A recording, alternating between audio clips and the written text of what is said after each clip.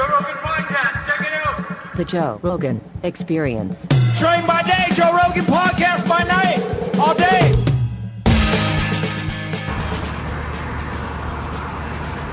Ladies and gentlemen, welcome to the post-UFC wrap-up show with Tony Hinchcliffe. Hey, everybody. And me, your host, Joe Rogan. We are on a flight right now, coming back from Dallas, Texas. Sorry, accidentally just kicked that lady's chair. Where we had a great old time at the Verizon Wireless Theater on Friday night. And then the UFC last night, and now we're headed back. Shout out to Ryan, dude we had breakfast with. Turned out to be all right. Turned out to be an interesting guy. I was a little worried about him at first. Yeah. Came in strong with a few too many questions. Interrupted a little bit. He was aggressive. But turned out to be a very good dude. But you never know, man. You know, Yeah. just meet some strange dude, have breakfast with him. Could be rough, but he turned out to be very cool. I think I snapped at him, though. I was like, what is this, a questionnaire, bro? Yeah, Relax. You snapped him right in the shape. He got nervous and he started asking questions. But he was a good dude. He just... Oh, thank you, ma'am. The young lady's bringing us the towels. Thank you. She's got a crazy accent. And I don't ever think like this, but Tony was wondering what she would sound like if she was having sex. Ooh, la, la, la, vale, puputa. Yeah. Anyway. So we're on the flight back. I got to give up my little wet towel. And Away so quickly now. you like to caress the towel? I like to hold on to it for a little bit. I like to feel like it cold. It was still hot when she took it back. What is that for? Like to refresh you? Is that the idea? Yeah. Or to make you know that you're not in business class or Right. coach? Yeah, business class, they just give you a piece of toilet paper. It's Business class, they treat you almost as good, don't they? How's No. that work? No. You haven't flown in business class in such a long time, you don't remember what it's like back there. I flew coach just a month ago. That's one thing, like if you can afford it, it doesn't seem like it would be worth it. But what's worth it is you don't have to think about as much. You have more space, you can relax, you get off quicker, you get on quicker. Yeah. But people don't like it. It's weird. Like, people like Southwest. I feel like it's an egalitarian airline. You get on Southwest, and, you know, everybody's the same. Yeah, I'm not into that. I don't like lining up by the number at all. I'm not into It's that. not that bad. It's effective. It gets people on board without too much bullshit. I think it's a good system. And you can occasionally get lucky and sit next to some fun people. I met a girl over the weekend that works for Southwest, and she's like, hey, you know, you must travel a lot. If you ever want, I can get you discount on Southwest flights. I'm like, I'm okay. Sometimes you have to take them, though. JetBlue's a good airline. That JetBlue that we flew from Buffalo to New York City. Yeah, JetBlue's nice. Mm-hmm. Yeah. Virgin's good. I feel like it's just... There's a thing going on where they just decided to shove as many people into a plane as possible, forget about how good the experience is. But if you work for an airline, I'd have to imagine working for JetBlue feels better than working for, say, like United right now. Like, everybody hates United after that dude got beat up and dragged off the plane. Yeah, morale is low. Oh, it must be such a bummer. I mean, I bet, like, flight attendants have to deal with all sorts of mean people that are snapping at them because that guy got beat up. Right. People start, like, making reverse threats. Like, oh, what are you going to do, drag me off of here? Yeah. Like, for sure. No, I just offered you a bag of peanuts. Yeah, for sure, right? Yeah. Like, what a terrible thing to see. They decided he's already sitting down. He's already about to fly. Yeah. I mean, and they say, nope. You got to get up. And what's really weird is that, like, one dude made that decision. He's just a security guy, probably for the airport, probably not specifically for United. And he's like, he had it with that Asian surgeon doctor guy. He's like, you know what? You have too much of an attitude for an Asian guy. I'm going to drag you out of here. Is that what happened? I don't know if it had anything to do, like, I mean, I don't know if it had anything to do with the Asian guy part, but it felt like it. I think the story was that they had some important United employees that had to be somewhere, like that day. They had to be somewhere for some sort of a meeting. And so in their company, their idea is that these people take priority over the customer, to the point where they like physically removed a customer and beat him up. I mean, the way they grabbed that guy and he's screaming, like, that is crazy for someone who's done nothing. Yeah. And all that guy did was be a customer. Like, that's like one of the most devastating things you could ever watch. If you're like one of the people that's in charge of publicity for that company, you'd be like, what the fuck did you guys do? Yeah. Like, oh my God, you beat that guy up and dragged him off the plane so an employee could steal his seat? Yeah. You're inconveniencing him. You're saying you're not as important as our employees. Our employees are more important than you. Like, that's so crazy that that's their policy. And for it to be a doctor, like, that part's crazy too. Is that what he was? He was a doctor? Yeah, he was a doctor or dentist or something, but he had patients the next day. And he's like, I have appointments. I can't miss this flight. My patients need me. Man, that's so crazy. That's so crazy. It's just so sad. Yeah. It's so sad. Especially since he paid for it. Like, that's some really controversial stuff. Right, so if you, like, think of the morale and the way it feels to be on that airplane versus the way it feels to be on, like, a JetBlue. You get those nice big seats, little TVs behind the seats. It's not bad at all. Right. So a good ride. It's, like, just enough space. Like, maybe not if you're a big giant person, but for, like, a dude my size, it's just enough space. If you had... You met my buddy Justin Collett in Vegas. Yeah. The giant. Yeah. He's a legit giant. He's like 7 feet tall. It's huge. Yeah. Like that guy, he can't even sit in JetBlue without being. But those are the outliers, you know. Yeah. JetBlue does the new flatbed red eyes. Oh, do they? Yeah. Heard about it. It's a new thing. Yeah, man. JetBlue is a solid notch up. Joey Diaz is a big JetBlue fan. What is it, a JetBlue airplane commercial we're doing here? It's not what we were trying to do. We're on Virgin right now. Yeah. Which is my favorite. But they just got bought by Alaska, so it might be JetBlue soon. I wonder what's going to happen. What do I give a fuck? It's true. It doesn't matter. This is early morning nonsense talk with Joe and Tony. I thought you guys were going to talk about the fights. We will. God, we will. Getting there. Warming up. So, Fight before fight. when do you think that Joanna and you will go on your first date? I think it's going to be really soon, is my theory. As you saw in this fight when she defended her championship last night, she's very into me. She kept looking at me. Dude, she did keep looking at you. Between every round, she made a point to, like, you know, like, I've sort of felt like her backup corner man. She looked over at you, pointed to you, and started talking to you at one point. Yeah. I was like, this is crazy. I know. Even Joe in D.C. turned around at one point, like, what the hell? And she's your guys' thing. pointing at Tony and talking to him. Yep.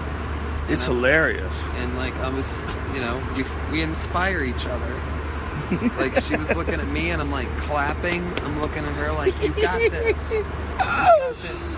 That's so crazy. And then she was doing some sort of an interview before the fight, and she said something, and people were laughing, and they were joking around about it. She goes, maybe Joe Rogan and Tony Hinchcliffe will take me on the road with them. Yes.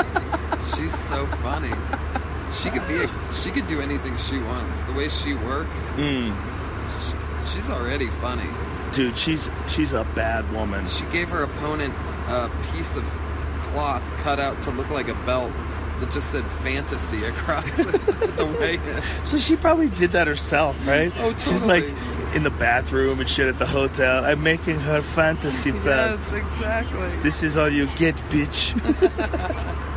This is as close. Enjoy your piece of cloth. But man, that girl that she fought, Jessica Andrade, what a tank. Yeah. That woman is a tank. It's interesting, man. The women in that weight class are all very tough. And they always put up a fight up until the rounds go on. She just doesn't get any more tired than she does. You know what I mean? Like, she does, but she doesn't show it. and those chicks all start to wear down. You could see the slightest evidence of it in the last round. That she was slowing down a little bit, but still always on her feet, still moving. Yeah. Both of them, man, they're both in phenomenal shape. Because you got to give it up to Andrade. She took a fucking beating, man. Oh, yeah. A beating, and kept coming forward. Yeah. A lot of front leg kicks she absorbed. Those whipping little Joanna Polish iron legs. She had to switch her stance a couple of times. She switched back and forth. She's getting that leg chewed up. Mm-hmm. She got tagged with some good shots, including a few head kicks. Yeah, a lot of head kicks, man. Yeah. At least somewhere between 5 and 10 is what I counted. Just big, snappy head ones, and that front snap kick to the chest that she loves. Mm-hmm. Just makes me cringe. That would hurt anybody. Yeah, it was a really interesting combination. Oh, Jesus, bitch. This is, now you get to understand why Tony was attracted to her voice. That's her over the lads. But it was a perfect combination of like a ruthlessly powerful, attacking, determined person versus like a person who maybe doesn't have as much physical power or maybe doesn't have as much pop in their shots, but is a brilliant tactician and a brilliant technician. Like her technique is so good, man. Her footwork is so good. She pops that jab out. The way she slips that leg kick in, slap. You know, like she's so high level, man. And Andrade kept trying to corner her. She's like, nope, not today. No, we're not staying put. We're not standing in front of you. She never really stood in front of her. She kept moving. She kept throwing a lot of like just one punches, I noticed Joanna was. In the first few rounds, a little bit different than the multiple combinations that I usually see her throw. And I was going to yell like, combinations. But then I'm like, what the hell do I know? And I just start yelling, set it up. Set it up, Joanna. You know what's interesting, man?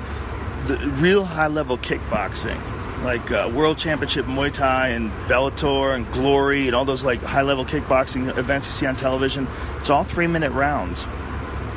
And what she's doing is she's kickboxing, like massive footwork, but she's also fighting off takedown defense, which makes you even more tired, and she's adding another 2 minutes. It's really interesting. Well, I mean, if I showed you at least all the fights that I've seen, which is the last 4 or 5, whatever UFC fights, if we made a compilation of her getting taken down, Joanna Jędrzejczyk, she pops right back up. Yeah. Every single time against Gedalia, against Valerie Letourneau, against everyone. She absolutely refuses to stay down. Yeah, she's a weird mentality that my old wrestling coach I know wishes I had. All the times he yelled at me, "Get up!"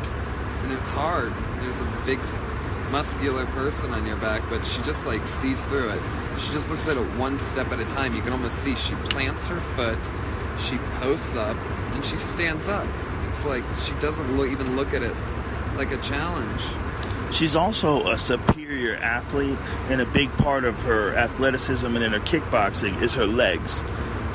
A big part of it is her ability to move, which is like a lot of plyometric type activities, and also her ability to throw power, like in her leg kicks and her knees and stuff like that. So her base and her legs are really strong, and when you take her down, she's so technical with her Muay Thai that she becomes that technical, I'm sure, with her grappling too. So she's doing the right things, and she's got a lot of power, a lot of physical power with her legs. She's explosive and fast. Her balance is sick. Very, very hard to take down. Yeah. And if you get her down, good luck keeping her down. She's a little cat. Yeah. She's really interesting, man. And she was in full control when what seemed to be the, oh my God, how did I forget her name? Did she just fight last night? Jessica Andrade? Yes, Andrade. When Andrade would put her against the fence, she would spin. She would put her against the fence almost immediately. Yeah. Just like she didn't want Andrade to think that she had control at all for a second, and she didn't. It turns out she didn't have control.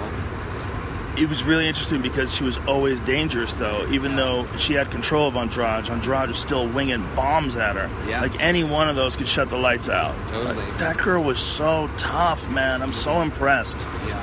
I mean, I'm super impressed with Joanna because, I mean, she's so skillful. Her movement was beautiful. And the fact that she was able to do that for 25 minutes against a marauding challenger like that. That girl just kept coming forward, man. She'd tag her, she kept coming forward. Kick her, keep coming forward. I mean, think it's really hard for women to knock out other women in that weight class especially, right? But I think that it would be beneficial to some of these women if Joanna was just a little bit stronger to knock them out. I think taking 300 of those like little demon stone hands to the face, like. Did you hear what Cormier said when he was doing commentary? He goes, "She should have gone to jail for what she did to Carlos Esparza. She should have gone to jail." And he was laughing when he said, he's a funny dude, man. Cormier is fun. And he's so comfortable now. It's really interesting. He's so loose. His trash talk is better. Yeah. Like, he's a different person. I've never heard you guys both on there at the same time. Are you guys both covering the what's happening? Yeah. All of it. And is that weird for you to have someone? No, it's great. Like it? Love it. Yeah, it's awesome, man. I like doing it with him, and I like doing it with Dominic Cruz too, and I want to do it with Brian Stan.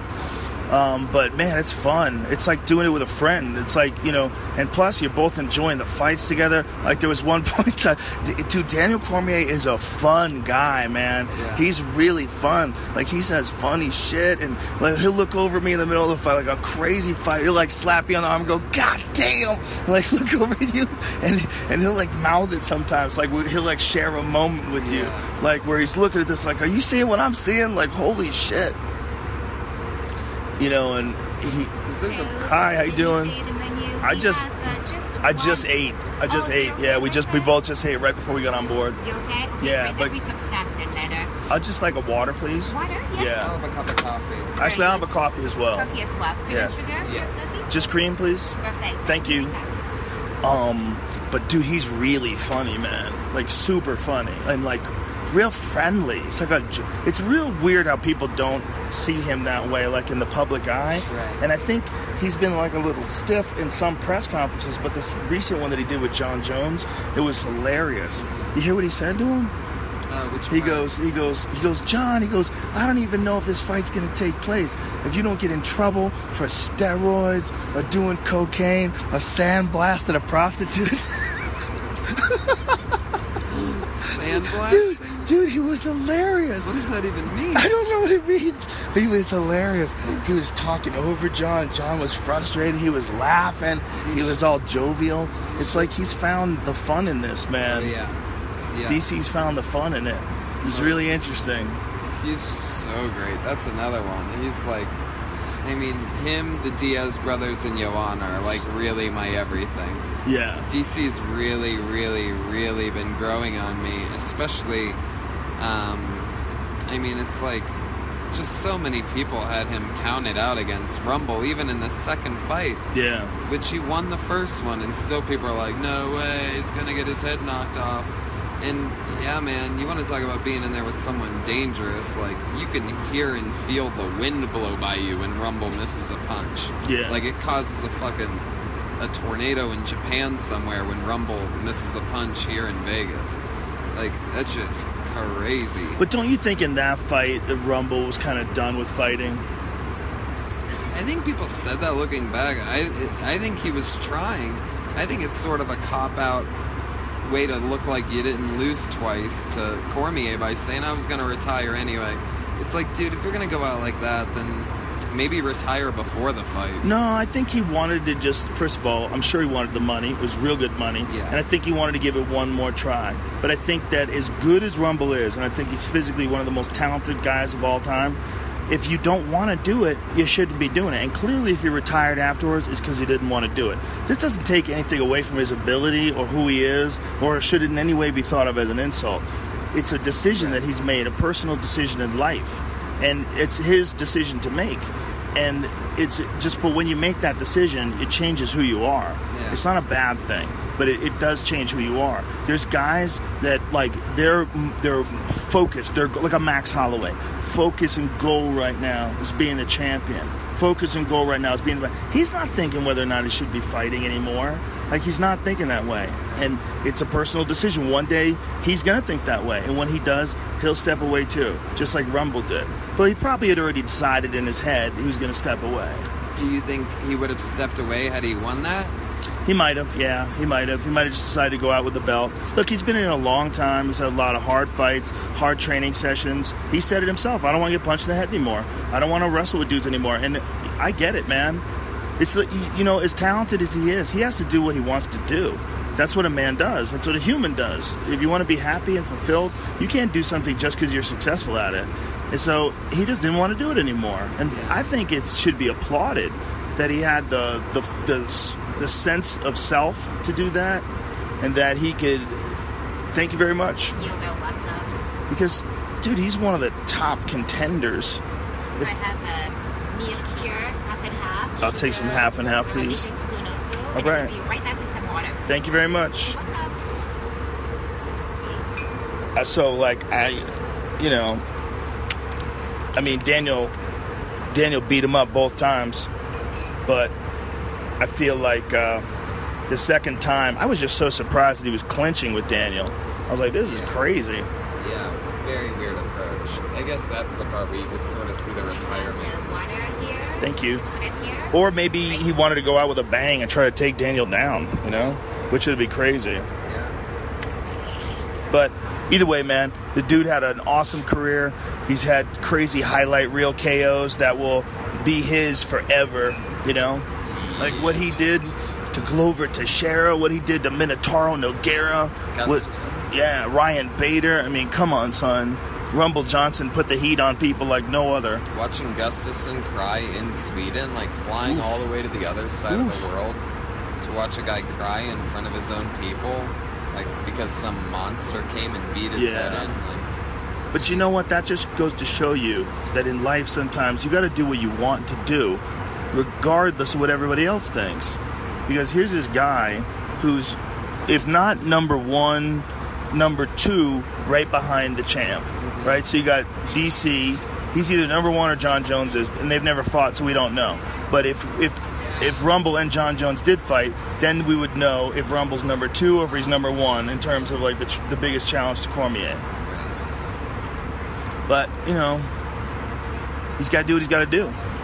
That's the cool thing about, you know, like life. You can make decisions. Like, you don't say to a guy, hey, man, how come you're not fighting MMA? Because he's like, I don't want to. Shit, I never even trained it. Like, come on, pussy. You scared? Like, no, I don't want to. Like, I don't have to.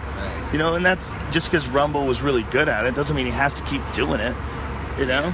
yeah. Now he's going to go knock down airplanes out of the sky with his bare hands or something like that, right? Wow. Saying he's a giant. Are you drunk? No. What happened to you? You just fell apart. You like in the middle of that riff and you lost faith in it, right? I can see it in your face. You're like, I'm just going to follow through with this. I'm just going to leave this turd out here. You're right. You got me. Yeah. I think he's going to do something with football. He's involved with the Rams or something like that in the business side of it. That's interesting. That's some rumor I heard. I shouldn't be spreading rumors. But anyway, real good dude, too. Rumble Johnson's always been a super nice guy. Like that dude. And again, that highlight reel that he has, head kick knockout of Kevin Burns. I mean, he's had some crazy knockouts, man. The dude he knocked out, the one from The Ultimate Fighter. Jesus Louises. Remember that? Oh. He's a beast. Every time he hits somebody square, their knees buckle. Yeah. It's like he hits them in their knees. It's like he electrocutes their body and shit. It's like their whole body tenses up. It's really interesting because he obviously has very good technique and he throws his body into everything very well. And, you know, like, he's obviously a really strong guy. But the strength that he has, the power that he has in his striking is almost like you're born with that. Like, he has all the elements to accentuate that power. Like, he has all the technique, and he has, like, his movement is excellent. He's quick. So, like, as he's delivering these shots, it's really well timed. But there's more than that. There's a component that is like a natural gift that he has for hitting really hard. And it's what separates him. It's like you have all these people that are, like, really, really dangerous. And then you have Rumble. It's like he's in this total different dimension of his own where you just can't get hit. If you get hit, you're fucked. And the only guy who's been able to absorb it somehow is Cormier. Yeah, and he barely was. But that's why, that's why Cormier is really growing on me so much lately. Is because he did absorb that, and to hear the crowd not give him credit for being an outstanding wrestler and barely avoiding, he his head got hit by Rumble in that first fight especially, and it all started coming down, but he avoided it. He fought a battle. It's a battle. And, getting hit and recuperating is a huge part of it. And not getting stuck in a chokehold by a wrestler is another part of it. Yeah. And, Cormier survived his part. And it surprises me that the crowd is against him. I think that fight against Silva sort of hurt him with the crowd because, of course, yes, he's going to wrestle the shit out of Silva. What are you going to do, right? I don't think that was it. I think it was all the John Jones stuff. It was the fact that he got the title sort of in what many people consider an illegitimate manner, meaning that they stripped John Jones, which makes sense that they stripped him. He violated the code of the organization, and he personally admits that he fucked up, made giant mistakes. But everybody knew that John was the baddest motherfucker on the planet. Yeah. When it came to 205 pounds, there was one dude. That dude was John Jones. And the only thing that was beating John Jones is that John Jones wasn't training. And John Jones did this press conference the other day with Daniel, too, when Daniel was talking all kinds of shit. John went deep. He goes, I beat you after a weekend of cocaine. Do you know? And, dude, Michael Johnson was crying, laughing. He was like, oh, shit. That's the most cold-blooded stuff in the world. I mean, the Diaz brothers, blatantly smoking pot and beating up their opponents is one thing. But to brag about doing an entire weekend of cocaine. Dude, John Jones is a bad motherfucker. Because, nobody just does cocaine, right? That means you were drinking, probably hooking up with hookers or whatever. That seems to be how most people do cocaine. I don't know how it works, but it doesn't seem like that thing you just do by yourself. You know what? John Jones could be the best of all time. Really could. Still, he's only 30 years old. You got to realize. There's only one way for us to know. Daniel Cormier has to do cocaine for a weekend and then fight. No. I cut you off though. I think Daniel in that fight was hampered by emotion. And I think that John really got under his skin and really taunted him and got him fired up to the point where it was detrimental to him. He got overcome with emotion. John is a good shit talker, man. We did an interview where I sat in the middle and Daniel sat to my right and John sat to my left. And, dude, John's ruthless. He's so ruthless. It's a whole nother part of the game. Rack it up there with, with boxing and jiu-jitsu and But wrestling. You didn't even get to see it. They didn't even put part of it online. The best shit. But I'm just saying about shit talking overall. But I'm saying John Jones is shit talking to Daniel Cormier. The best part didn't even get online. The best part, he was calling him his pussy. He's like, he goes, you're my pussy. He goes, you're always gonna be my pussy. He goes, I'll fuck you up every time we fight. Oh my God. It's just like, he's like, it doesn't matter. It doesn't matter what happens. He goes, every time we fight, I'll fuck you up. He goes, you're supposed to be a big-time wrestler? He goes, I took you down, man. He goes, you're an Olympic wrestler? I took you down. He's like, I beat your ass. And Daniel was very mad. The two of them it was very intense. That was that face-to-face interview? Yeah, it was intense. You were in the middle in a director's chair, right? No, that's how Max Kellerman does it.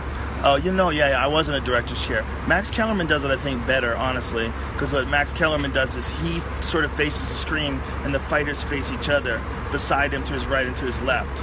We had it almost in a sort of a semicircle.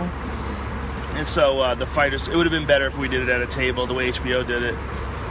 But it was the only time we ever did it, and it was very, very intense. It was very intense. John Jones he's a bad motherfucker, dude. And DC had this whole crew with him, and John Jones was like, I'll fuck all you up. I'll fuck you up. He goes, don't look at me, big boy. I'll fuck you up.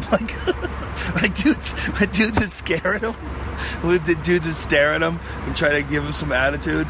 John just straight up looks at him and was like, I'll fuck you up. Don't look at me like that. You think he's going to make it to this fight? Oh, yeah, for sure. Yeah, for sure. He's not going to fuck this up. And what's fascinating to me is when you watch these guys jawing at each other when no one can see. That's when there's no press. There's me and a couple other people that are around that are UFC employees. This is real. This is two guys trying to get under each other's skin. and John was very good at it. So this was after the first fight, when they were supposed to fight for the second time, then it got canceled, and John got stripped and the whole deal. So now they're finally going to go after it. But John's only been back in the octagon once since then, against Ovince St. Preux. Yeah, I remember that. I was at the bar, the Comedy Store. So all this shit's been going down, and the only time John's been in the cage since all this shit went down is the Ovince St. Preux. Since they were originally going to rematch, he fought Ovince St. Preux. He beat him, but he felt like he was off. It seemed like he was off. Could be. I think Ovince St. Preux is real good, too. Yeah. And I also think he wasn't planning for Ovince St. Preux. He was planning for someone else, you know? That was when Daniel got injured, wasn't it? No. Did Daniel get injured? I don't even remember. I'm not even going to look it up. How about that, folks? The point being, that's an interesting fight, man, because they're going to go at it again in July, and now Cormier's got all this momentum on his side. Cormier beat Rumble. He defended against Gustafsson. Or did he beat Gustafsson to win it? Because it was... No, Rumble beat Gustafsson. Cormier beat Rumble. No, Cormier beat Rumble to win it. That's how he got the title. That's right. And then he defended against Gustafsson. Yeah. And then he defended against Rumble. Yeah. And he fought Silva in a non-title match in between. That's right. Yeah, that was a weird fight. Yeah, that was weird. Yeah. Double leg takedown, shoot low, follow through. Yeah, he just... Fundamentals, bigger man that's a wrestler should... I mean, if it's one of those, like, if it ain't broke, don't fix it things, right? Yeah. Well, Cormier is just such a stud wrestler. You ever see his fight with Dan Henderson? It's been a while. Dan Henderson, who's a beast. You know, he's a former Olympic wrestler himself. But just not really the same size. And Cormier just threw him around, man. I mean, just threw him all over the place. I think he choked him out, too. I think he choked him unconscious. But he just manhandled him. And you realize, like, how strong Cormier really is. And how good his wrestling really is. It's, like, super, super high-level shit, man. That fight last night that stole the show was LaShawn? Who's that? LaShawn? Chase Sherman and Rashad Colton. Oh my god. Yeah. Good lord. Rock'em sock'em robots. Crazy. In an octagon. It was interesting because, and again, like, I don't know what you guys are saying in commentary. You're just far enough away where I can't hear you. But, like, I noticed that the guy, not LaShawn, but his opponent... Rashad. LaShawn. Just give him some random black name. I'm from an all-black neighborhood. I just call everybody LaShawn. He was kicking Rashad's leg over and over again to where Rashad couldn't use it. Yeah. But then he kept going for this knockout instead of just keeping attacking the leg. Like, what do you think about that?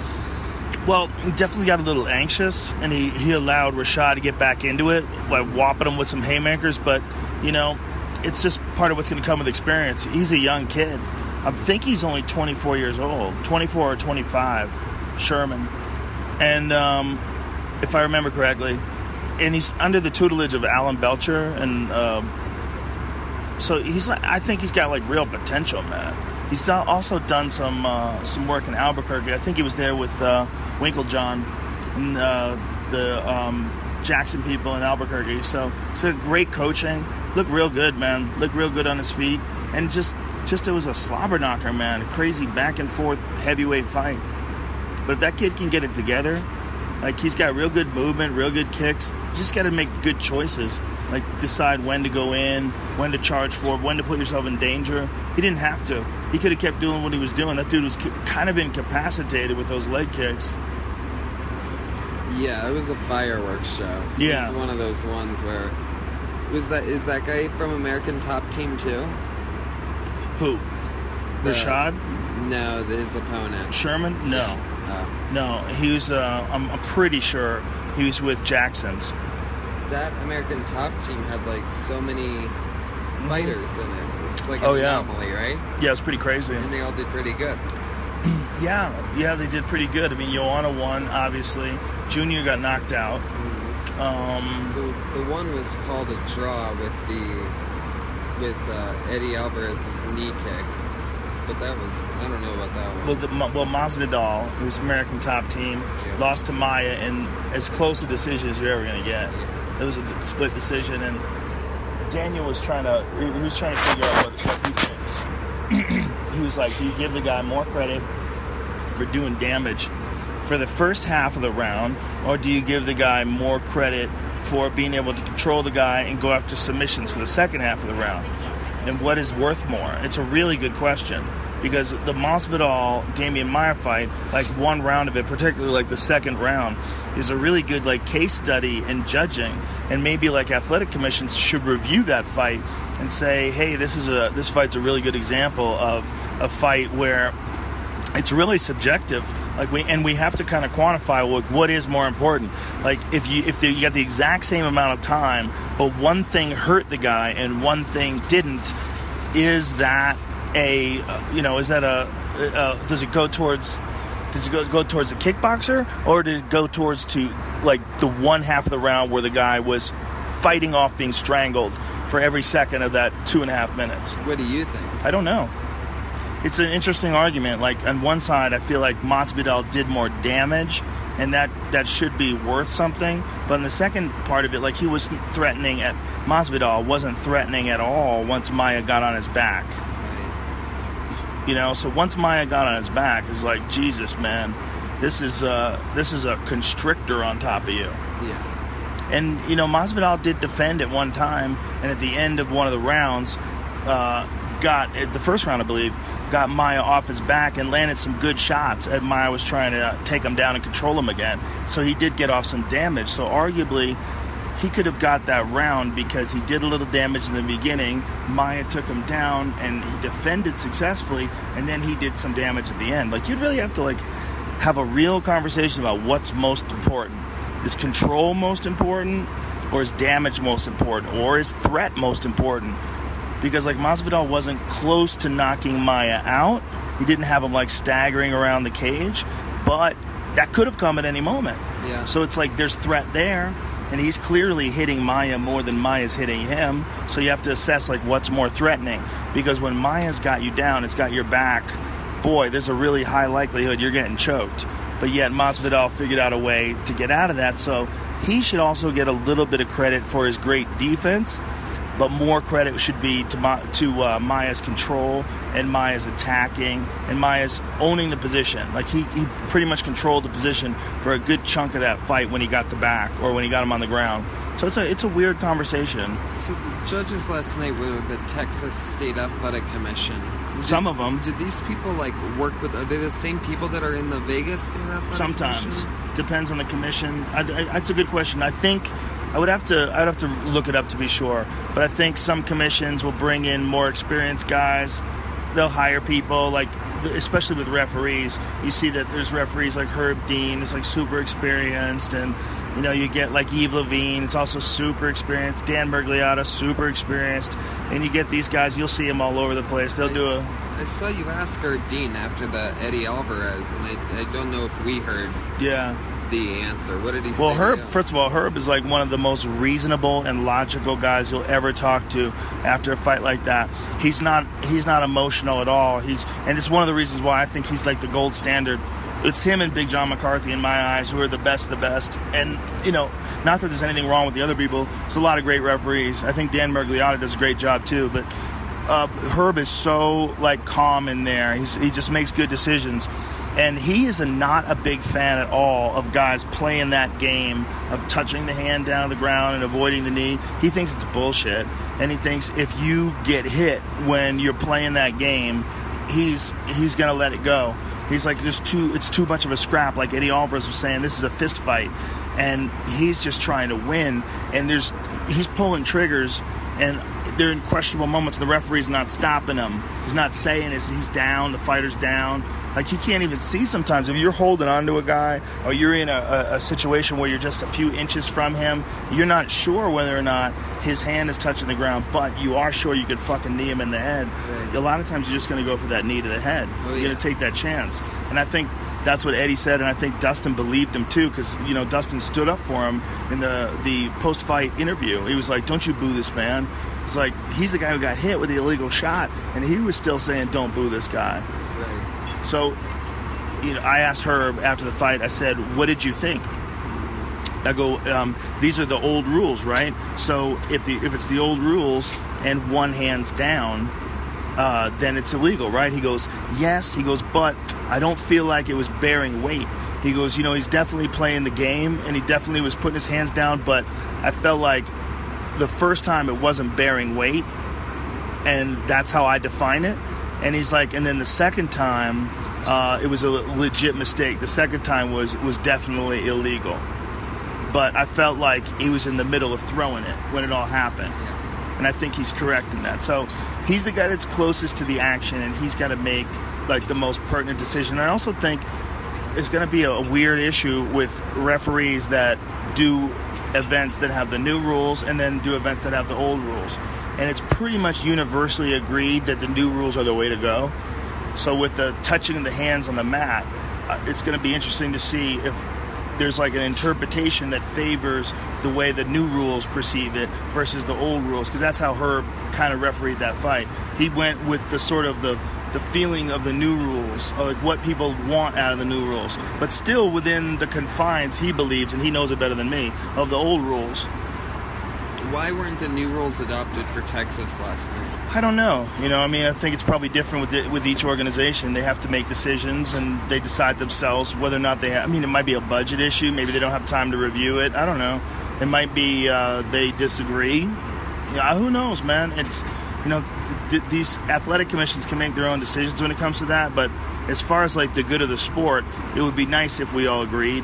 And I don't think the real concern would be whether or not it's bad for the safety of the fighter. I don't think it is, because I think it encourages fighting more than it encourages stall techniques. So if you give someone a stall technique, like the ability to put your hands on the ground, you won't get kneed in the face, you're going to take it. Some guys are, in some situations. It's going to be a desperado move that if it's there, you're going to reach for it. But if it's not there, you won't reach for it. So like in terms of like the actual effectiveness of overall fighting and like the realism of fighting, it's better to get it out. We don't want it in there, because I don't think it really does protect people. I think the people that are going to get kneed are going to get kneed. Yeah. I think what it does is it protects you for that brief moment, but in the decision that you make to do that, like you're making a purely defensive decision. You're putting your hands on the mat, both of them, so this guy can't knee you in the face. That's like not a good sign in a fight. Right. You're in a bad position, and sometimes you can rebound from a bad position, no doubt about it. But I don't think we should reward. I don't think you should have these escape routes where someone can touch the mat and not be able to. It's like, I'm on base, right. I'm safe. So I think Herb was right, ultimately, but. According to the strict interpretation of the rules, it was an illegal blow. So it was interesting that he made it a no contest. He can sort of get away with that. He sort of has leeway, right? Well, it's it's open to interpretation. I guarantee you I haven't read anything online, but I guarantee you it'll be controversial. It's just a hot button subject, and people will be debating it back and forth. And there's going to be people that agree with Herb. There's going to be people that disagree with him. But ultimately, that's the toughest job next to being a fighter in MMA. The guy who has to make those calls, and I give them a shit ton of respect, man. I used to be a baseball umpire, like for Little League, and that was hard. And like to think, like, man, so much passion. Yeah. And if it's like a tie, and if I go safe, this side goes crazy, but if I go out, that side goes crazy, and it's so close. And to think that those guys have to make those decisions with dudes' health and lives, and those are fathers and children and brothers and sisters and everything, and like that's a crazy gig, man. Yeah. Knowing how many punches and whether the person's just sort of seems like they're out of it or if they're still defending themselves. Yeah. And their whole livelihood. It's a crazy job. Yeah, it is a crazy job, man. It's and you have to know a lot about MMA. And you have to really understand when a guy's actually in trouble, when you need to step in, You have to have seen a bunch of guys get hit. You got to know when a guy's done. And it's subjective, and you can make bad calls, and sometimes you make bad calls, and there's nothing you can do about it. In the early days, Big John McCarthy was refereeing a fight between Matt Lindland and Murillo Bustamante, and Murillo Bustamante tapped Matt Lindland, and then Lindland said that he didn't tap. So they restarted the fight, and they went back at it again, and then Bustamante tapped him again in a later round. Wow. So he tapped him twice in the same fight. When it happened, you were commentating? I believe so. And, like, did you see him tap on the video? Do you remember? I'm trying to remember if I was commentating. It's hard to remember. It's like they all get blurry after a while. I'm pretty sure I was, but, man, I might not have been now that I think about it. I'll have to go back and listen. But I remember the fight clearly, because I remember going, oh, no, he stood him up, and now they're going to make him fight again? I'm like, that's crazy. He already won, though. He won. Like, all you have to do is look at the replay, and you can see Lindland tap. And he said, look, if they give him another chance to fight, he's going to take another chance to fight. If he can con his way back into a fight, he's going to do it. So he said, I didn't tap. Let him go back in there again. That's a baller move. It's such a baller move. I didn't tap. I was just moving my hand back and forth. Well, the more baller move is Bustamante tapping him again. Yeah. Does they go, really? And then he caught him with the guillotine the second time. But that's happened before. That's happened in fights before where guys said they didn't tap when they did. And so because of that, people have been forced to like hold submissions and, you know, and wait till the referee like literally separates them. But that's also what got, like, people are super sensitive about that with knee bars. But like with chokes, it doesn't seem to bother people as much. Like, people don't get mad if somebody holds on to a choke. Speaking of knees, another thing I thought was really cool from last night was the other female fight. And the lady's kicks from her back. Oh, yeah. Unbelievably effective. Courtney Casey. Yeah, right on the kneecap. Trying to hyperextend those legs. And just, even from our angle, it looked like it was really working. You could see her leg bending back, and she didn't want to fuck with that after a while. No. In the beginning, the crowd was going crazy because the bigger girl dragged her to the middle of the ring by her foot. And you know what I mean? It got the crowd into it. But as the fight went on, she was beating the shit out of her from her back with her feet. It was very, very, very awesome. Again, like, I wish I knew what you guys were talking about over there, because over there, I'm like, it's interesting because you're sort of watching the fight in arena. You're sort of like on an island by yourself when you don't have the headset on. You can't hear you guys. Right. But, man. And you're only watching it right in front of you, too. You're not really seeing it on the monitors very much. Right. Exactly. So it's all very, like, you're just trying to make sure that what you're seeing is real. It's weird not hearing you guys, because I hear you guys everywhere else, at home, on the internet, on a phone, but you're that close to the action, you don't have it. It's very bizarre. Yeah. So what was that like? What were you guys Well, I was impressed, but I was saying that, like, what she's doing is like kind of next level up kicking. Like, her up kicks are so good. And that Aguilar was making a mistake of being right in front of her. It was Daniel's point, and then Aguilar's knees are getting jacked. She kept getting hyperextended, and Daniel was saying all the different things she could do to avoid that. But I was just so impressed with Courtney Casey's up kicks. I was like, she's taking up kicks to the next level. And I'm thinking, like, man, I bet up kicks are just one of those things that if you just practice it, you get really good at it. I bet we haven't really seen the full potential of up kicks.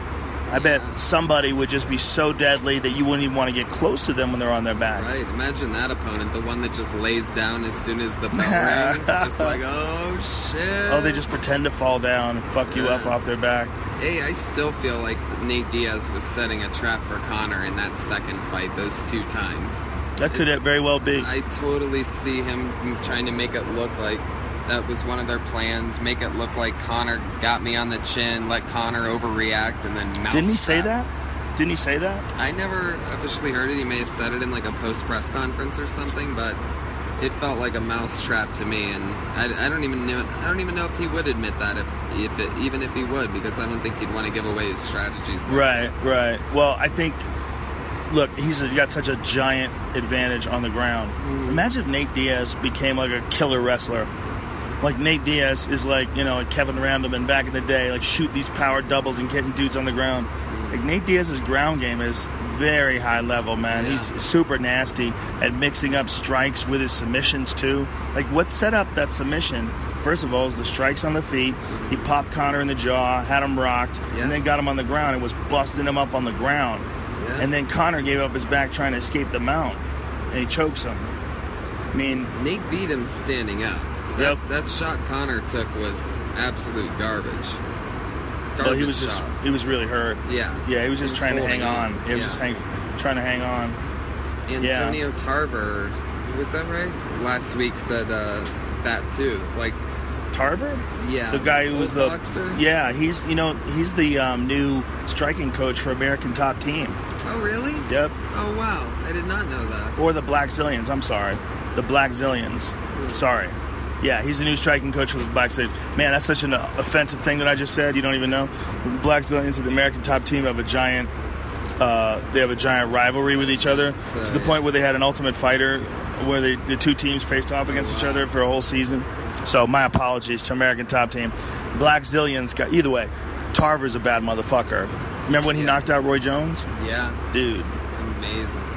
Dude. Well, anyway, he said that it should be Nate Diaz going up against Floyd Mayweather because Nate Diaz beat Conor McGregor, and I'm totally on that same wavelength where it's like, yeah, what are we talking about here? Like, I just want to see more of the Diaz brothers overall in anything. I guess that's my thing, is that...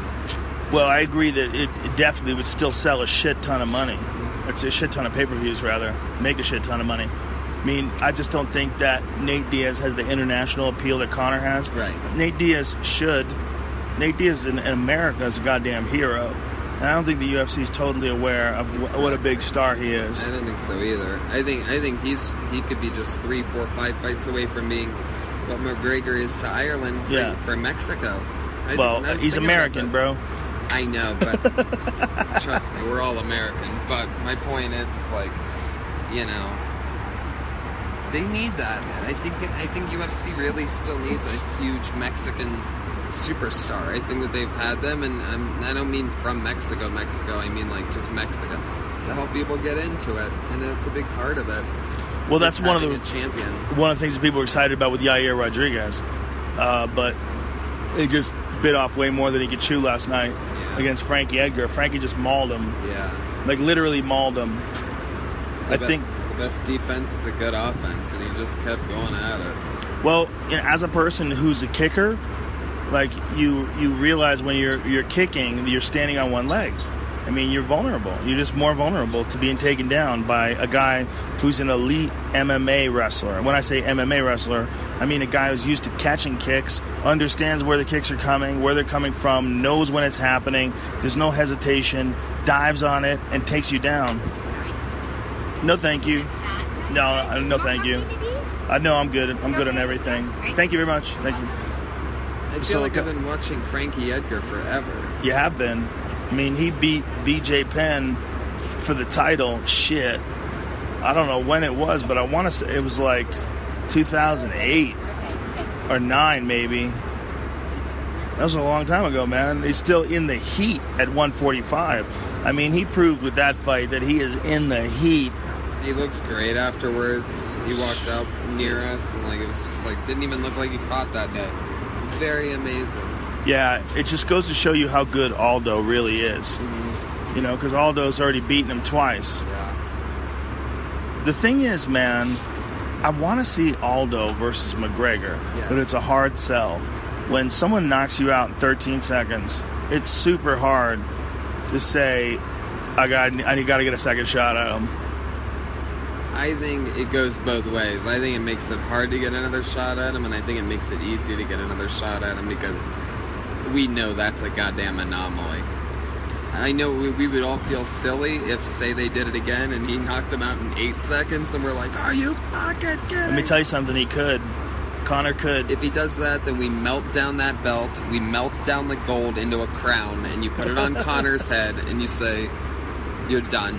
Go enjoy your crown. You're done. You're now on Game of Thrones.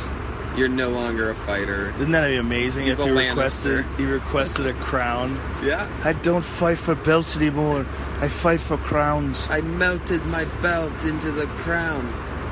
That's a terrible accent. I don't do accents. That's what The Undertaker once did. He once melted down the WWF belt into like a championship. Like a necklace. Did he really? No, that wasn't him. That was like the Godfather. That was like a pimp. He was like a pimp wrestler. He won the WWE belt, and he had the gold melted down into like a pimp's necklace. Oh my god. Basically, just like, fuck your belt. That's hilarious. It's my necklace now. I love the storylines like that. Oh yeah. Wrestling is so campy. It's so silly. The thing about wrestling is, though, man, when you joke around about it, people get super upset. They sort of do. Oh, they get people upset, also man. Obviously get sort of very happy too. I think it goes both ways. It takes a real moron to get upset about it. There's a lot of real morons out there, though. Well, hey, you had me upset that one time because you kept saying that it was not real, and we know it's not real. Like, that part's not surprising to us, but you kept saying that, like, Game of Thrones was real and stuff. You're watching a play. You go to see musicals. They might as well be singing. Sometimes they sing on wrestling, too. You know, Daniel Cormier is a big wrestling fan. Oh, yeah, I'm sure he is. He's a silly fella. Yeah. But there's definitely a lot of that. I mean, we talked about this years ago on a podcast where I said, you know, I think more elements of pro wrestling in the UFC would do him justice because it just makes for entertainment. And since then, this Irishman has become a big deal. The Diaz brothers are these tough characters. We're starting to just find out more about the characters, and that's sort of what I meant. Nothing fake or anything, but just the entertainment part is a big side of the UFC, and it's a big side of boxing, and it's a big side of all of sports.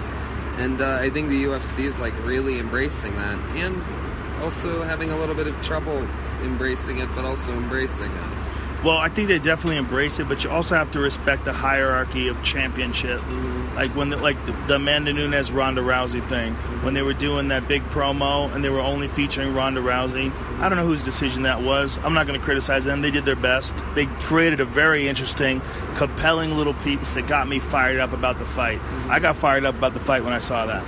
So they did a good job on it. But I don't think they paid nearly enough attention to the danger that is Amanda Nunes. And I think that if they showed that, it would have made it even more compelling. Because Amanda's a fucking monster.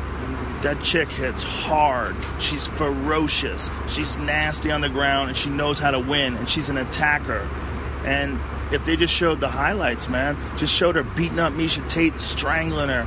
They showed her putting it to people, man, the way she did to Sarah Kaufman. Or not Sarah Kaufman, Sarah McMahon. Dude, she's a beast. And so they didn't even really concentrate on it, and she was the champion. And I was like, well, that's silly. Like, I'm all for the showbiz part, but you're missing out on one star here. You're focusing on your current star and missing out on an opportunity to highlight a new star. And by the way, and that's what I'm saying is that isn't the showbiz way to do it. The showbiz way to do it is to pump up Nunes. Yes. And to show that like if Vince McMahon was running it, I know that sounds crazy, but that's what he would do. Since he doesn't know who's going to win, he would pump up Nunes instead of Ronda. We already know Ronda. So when Ronda beats Nunes, it's like Ronda's back. You know I had heard that Vince McMahon was thinking about buying the UFC when it was for sale. Oh, I'm you know how crazy that would have been if he took over? He's bought all of his other competition except for boxing throughout history. And I don't think the UFC is obviously not competition, but I think it would have been interesting to see what he would have done. It would have been interesting to see if he would have let it keep building or if he would have just cut it out and disintegrated it. Well, it's also interesting to see whether or not it's problematic to have a guy from the showbiz side of athletics, which there's no doubt about it, those pro wrestlers are fucking athletes. Yeah. You can't look at Brock Lesnar and tell me he's not an athlete. You can't look at John Cena, tell me he's not an athlete. The Rock, all those guys, they're fucking stud athletes, no doubt about Goldust. it. Yeah. I don't know, the gay guy? Yeah, Sparkles? That's the guy that, yeah, exactly. Well, like when Brock Lesnar did that 360 flip in the air and landed on his fucking head and still finished the match, like, okay, that's... If you like Cirque du Soleil and you think those people are athletes, for sure this motherfucker's a serious athlete. Yeah. But there's also the fact that it's entertainment. So if a guy goes from that side of the business and then goes to the side of the business where it's supposed to be pure sport, which is the purest sport, MMA, right? And a sport that has always had a reputation, or at least the whispers of being fixed. You're always hearing about a fixed fight. Like in Japan in particular, you heard about a bunch of fixed fights. And there was a recent case where someone in the UFC had an offer to fix a fight but didn't go through with it. but there was evidence. Apparently, there was a big story about a couple of weeks ago about the first evidence that someone was attempting to fix a fight. So even though it didn't get fixed, someone had tried to put influence on someone to fix a fight, allegedly. But in Pride, we know for a fact it happened. I know firsthand from people that were in fixed fights. I know from people that were told that a fight was going to be fixed for them. So it's not speculation whether or not there was fights that have been fixed in the past. So to have a guy like Vince McMahon come over and run things, there would have to be a very clear delineation. I think he'd have at least really good ideas. I don't know if dude, running no doubt at about 100 it. miles an hour, but I know this: the Diaz brothers would be fighting, and it would be crazy shit. It'd be Conor versus Nick after the Nate thing, and it would be. I think you're right. And things like that, because he knows that pop. You know what they do is they just listen to the crowd. Yeah. That's how they write it. It's not like some thing where he's going to stick to some... Well, sometimes he does. That's why everybody hates that one guy, Roman Reigns, because he just keeps letting him win, which is like, for the first time, a storyline that we've never even heard of. Because the crowd hates this guy, but they keep letting him win. So now he gets nothing but heat. Nothing but booze, because we're like, fuck this guy, he sucks. Why? We know you're going to let him win. It makes no sense. So he's fucking with us really good. But other than that guy, other than that exception, he listens to the crowd. And like, you know, I mean, it's just another perfect example. Looking back at the Nunes-Ronda thing, looking at that analogy, he would have focused on the Diaz brothers, and he would have focused on Nate waking up and smoking a joint and going for a run. Like, he would embrace that side of that storyline, because that is the interesting part. That's what everybody's saying about, you know, the John Jones Cormier thing over at that presser is like, I did cocaine all weekend and beat you up. But the Diaz brothers have been running triathlons while drinking tequila and smoking joints like it's nothing. Like, they don't even think about that. It's like how we have a cup of coffee in the morning. They literally smoke a joint. I read it in a thing. They smoke a joint before getting up and going on a 10-mile run. Get the fuck out of here. These guys are animals, and that should be embraced. That should be talked about. That should be part of their storyline. That's what I love about them, is because, by the way, even though I'm not a super athlete, that's sort of how I live. I like smoking pot.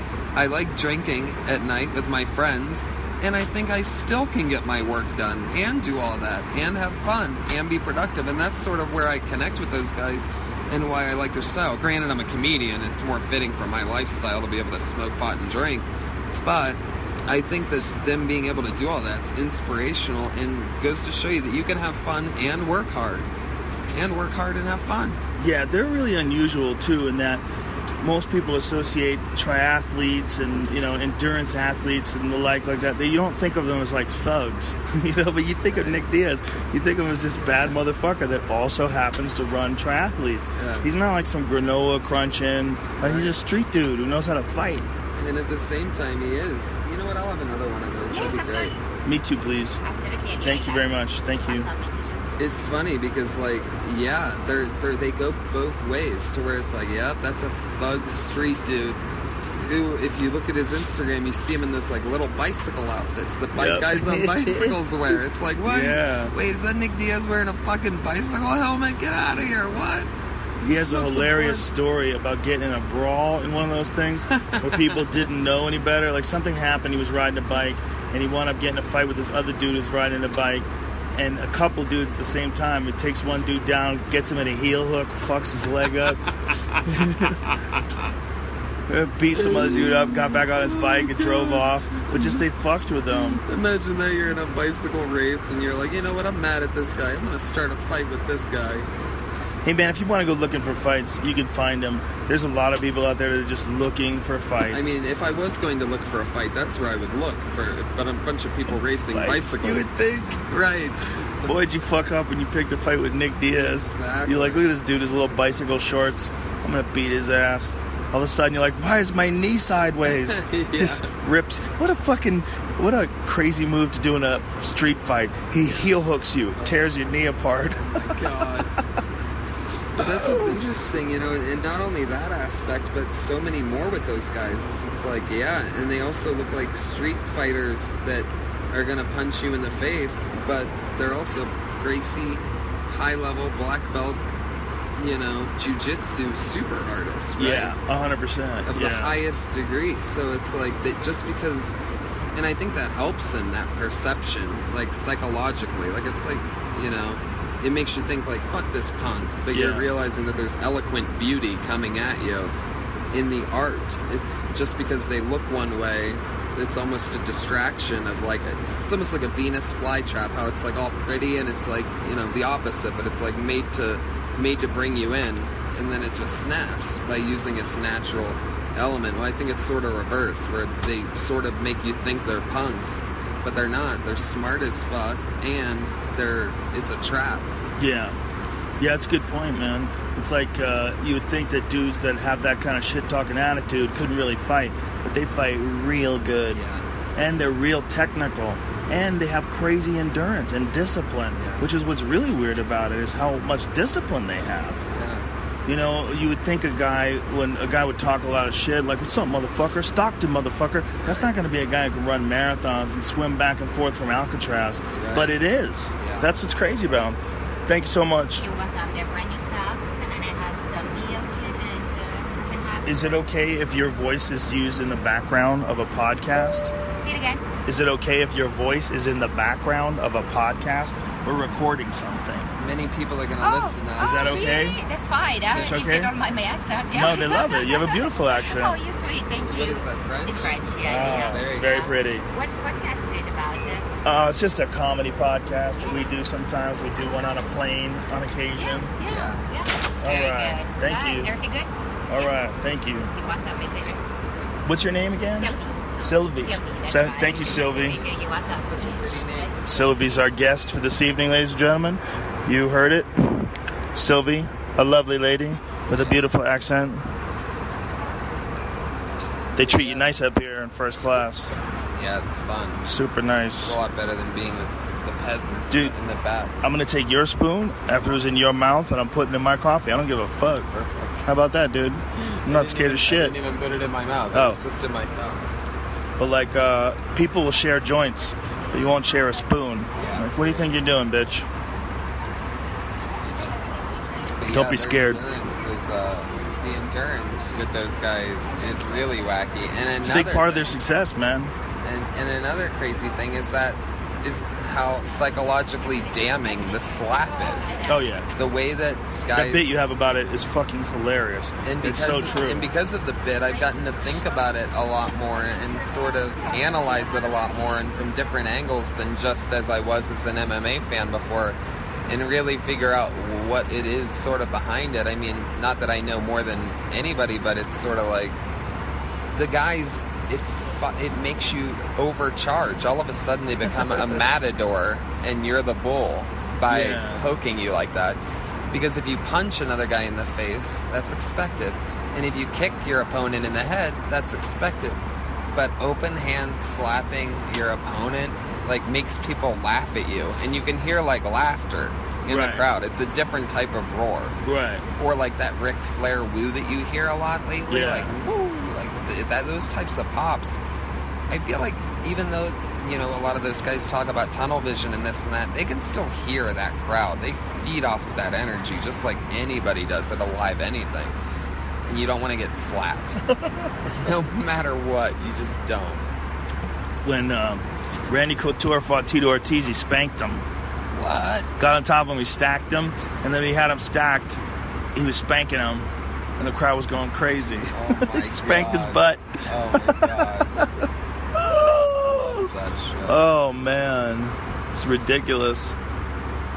Yeah. Some ridiculous shit happens in fights. The first time Nick Diaz fought Robbie Lawler, I'll never forget it. Because I knew about Nick. I knew about his fights with Jeremy Jackson, who's this really talented striker that was on The Ultimate Fighter, but wound up getting in trouble. He was in jail for something. I forget what it is. It might be something bad. Like he's in jail for a long time. But anyway, when I first saw Nick fight Robbie Lawler, he got into the cage. And Robbie Lawler was a phenom back then. It was he's probably like 20 years old, 21 years old. And Nick just starts going, Stockton, motherfucker. And Robbie's like, what is this dude saying? Yeah. Like, he's like, come on, bitch. Come on, bitch. Come on, bitch. And while he's calling a bitch, you can see Robbie Lawler's head like, I can't believe this dude is calling me bitch. Yeah. Like, I can't believe he's calling me bitch. He's like trying to get you emotional. And yeah. he got inside Robbie's head a little bit. Oh, yeah. Oh, he got inside Connor's head, too. They don't want to show you those clips over and over again. Nick never fought Connor. No, I know. But if Nick did fight Connor would be in a lot of trouble. Nick's a different animal. That would be I was saying that would be a really interesting fight. And everybody's like, Nick Diaz is so much bigger. I'm like, look, Nick Diaz fought 155 pounds. Nick Diaz can get to 170, no problem. Connor fights at 170. Yeah, that is the fight. Yeah. Or Nate. That is the fight. Yeah. The Shamrock versus the Pot Leaf. Yeah, look, I like the idea of them coming. I like that, dude. I like that. Marketing, baby. Dude, look at Kimmy Knuckles on that. Boom. Shamrock and the Pot Leaf. That's strong. Come on, Dana White. Yeah, they need to hire you. Yeah. You got some great ideas. Would you be interested in trying to turn this ship around? Absolutely. This battleship is taking on some damage. Oh, I'd be so We lost Rhonda. Got some water damage.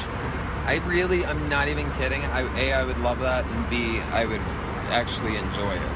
Like, I mean, like... We should have a I'd meeting. Be good at it. We should have a meeting. Because I'm such a fan of just both UFC and entertainment that my brain naturally questions that stuff. Yeah, you got to do another Fight Companion. Yeah. Those are so much fun. I miss those. We haven't had a chance to do one of those in so long. That's literally like... I think a lot of guys back in the day when it was just TV used to want to be on, like, The Late Show with David Letterman and stuff, and like The Tonight Show. Literally, my goal is to do more Fight Companions. They're so fun. It's like the coolest thing. Yeah, they're so fun, man. They're the most fun. Learn some of that flat Earth jiu-jitsu you guys are talking about. They do go off the rails when the booze gets flowing. There's just no doubt about it on both sides. Yeah. Everybody's side. It's just people get so crazy when the booze starts flowing. It's so fun.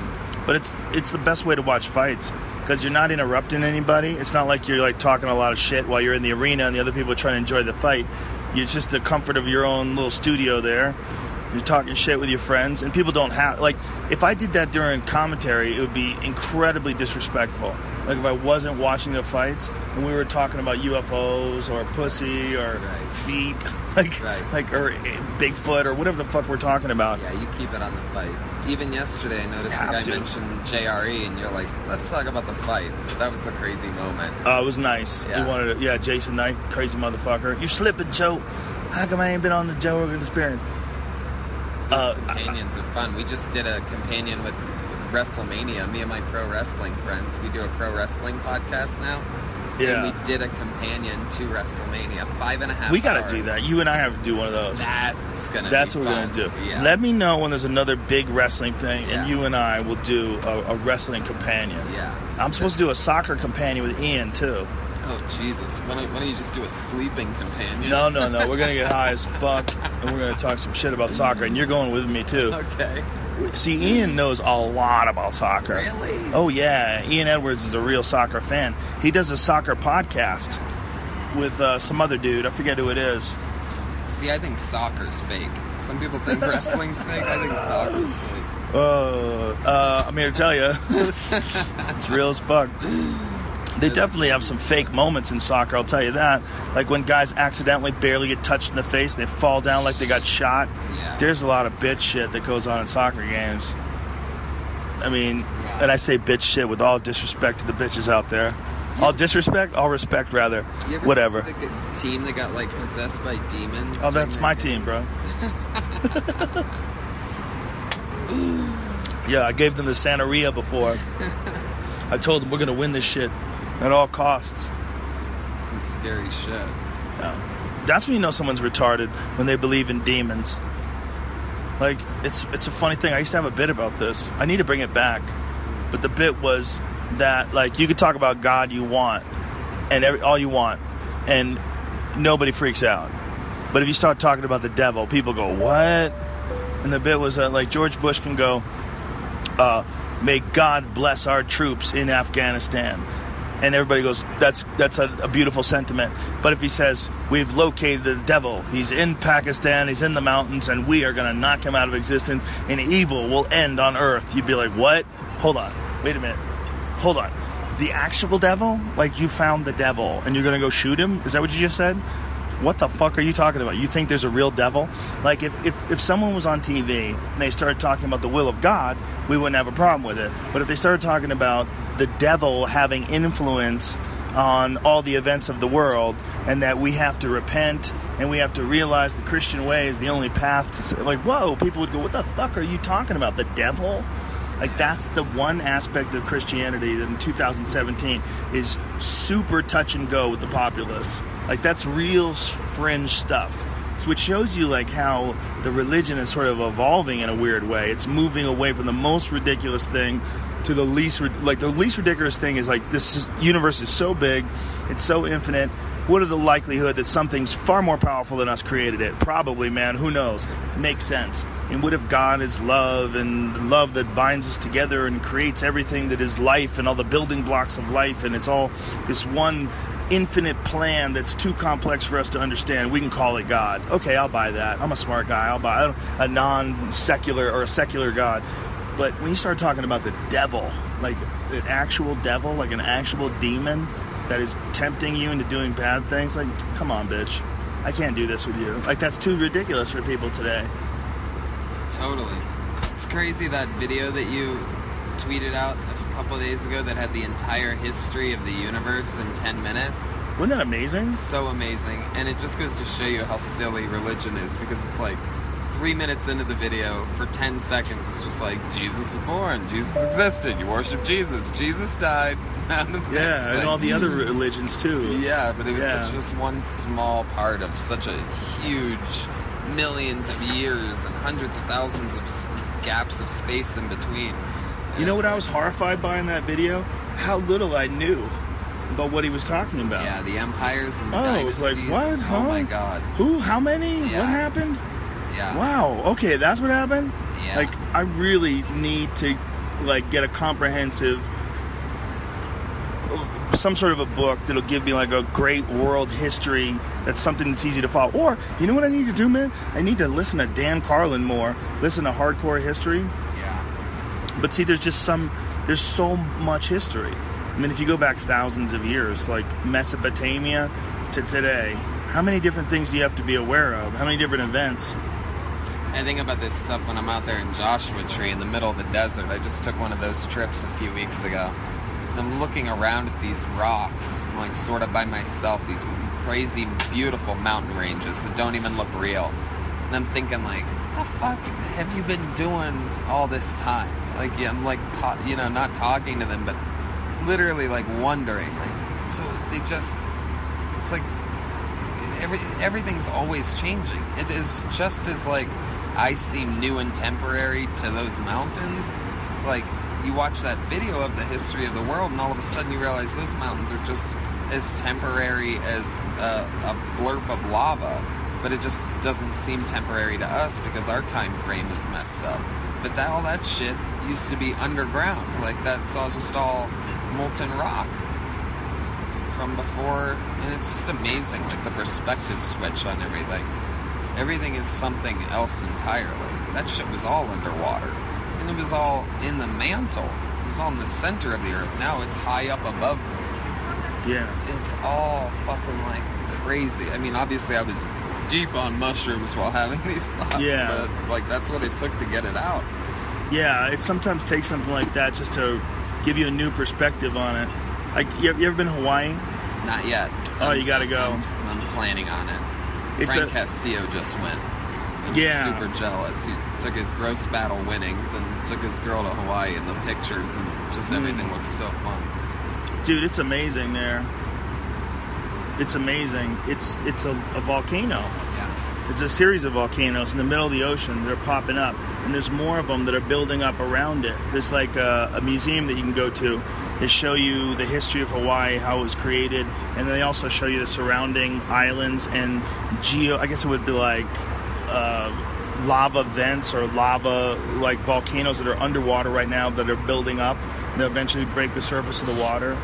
But they've actually spotted, I can't remember what part, I think it was in the South Pacific, where they actually watched islands get born.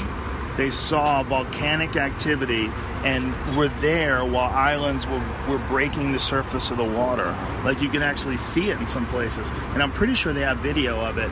You know, it's basically just breaching the surface of the water, but that's how an island is born. And that's what Hawaii is. Yeah. And then, like, once you go above that water, you're probably never going back, right? No.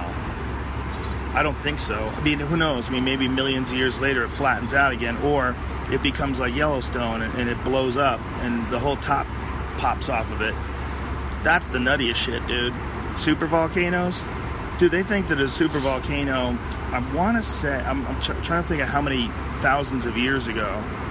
I forget how many thousands of years ago. It might have been like 60,000 years ago. They think that the human race might have gotten down to as few as a few thousand people. Man. Yeah.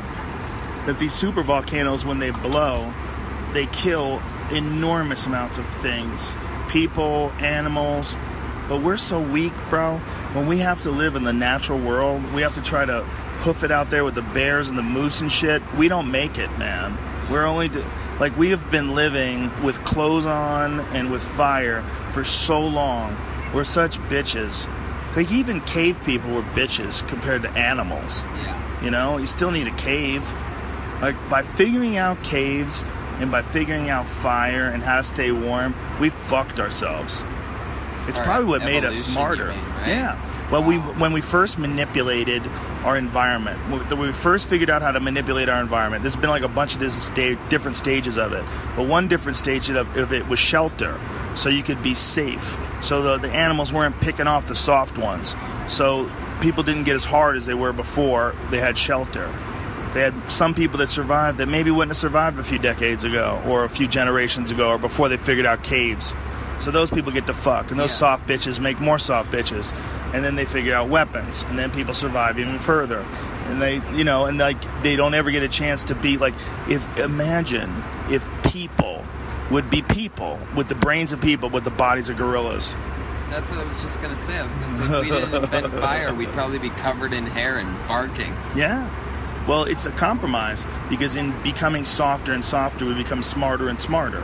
Right? Like, you don't associate Elon Musk with being the most shredded barbarian on Earth, right? No, you associate him with being a gentleman in a nice suit and a tie. He was a reasonable human body, right? But when you think about like someone who's like just a super conqueror, like some Brock Lesnar type dude, you don't think of Brock Lesnar inventing some new way to manipulate traffic in Los Angeles to cut down commute time from Santa Monica to LAX to 3 minutes, going 130 miles an hour in a fucking sled underground. Let's put it to you this way. I'm not taking Brock Lesnar's rocket to the moon.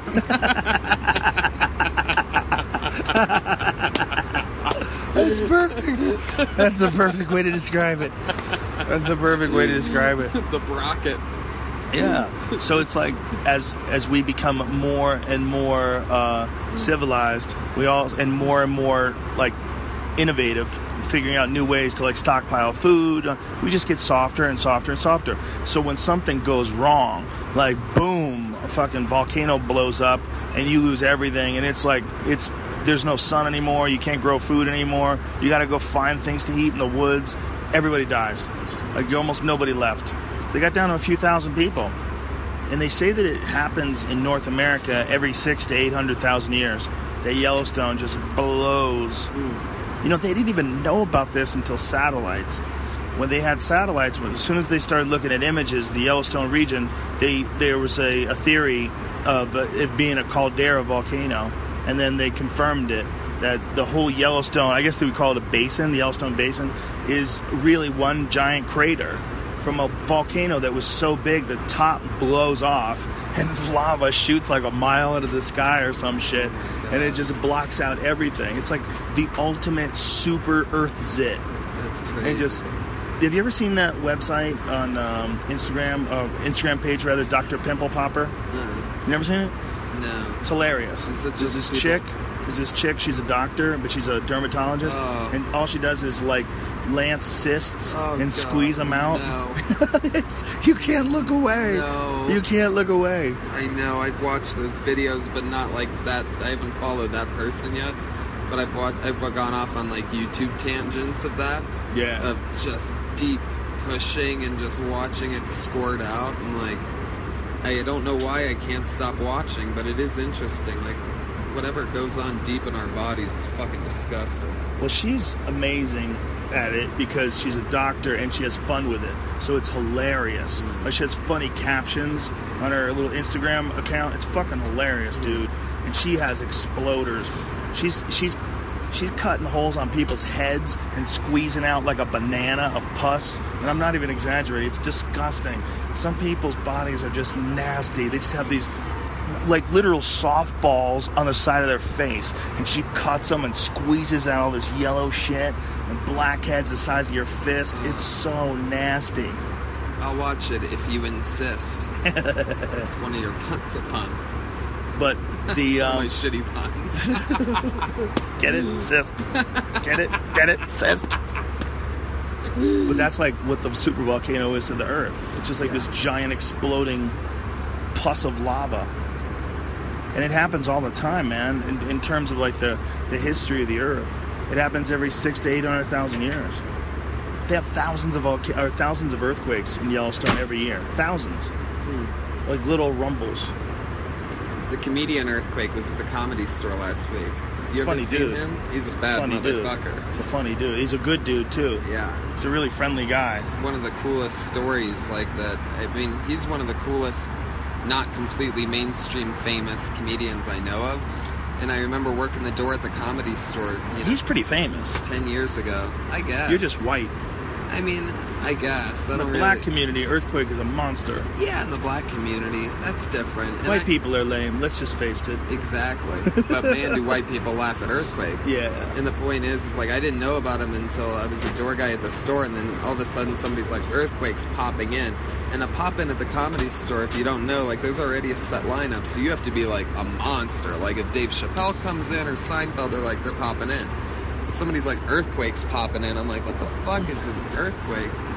But man, the other guy literally got that name because like they said that when he used to perform in Atlanta, the ground would shake. Like, and it's true, dude. What a beast. He's like a black Joey Diaz, sort of. Like, he's a he's a very, very funny dude. Yeah. And Earthquake he's been around, man. He's been killing it for a long time. There's nothing more fun than finding out there's a freak you didn't know about.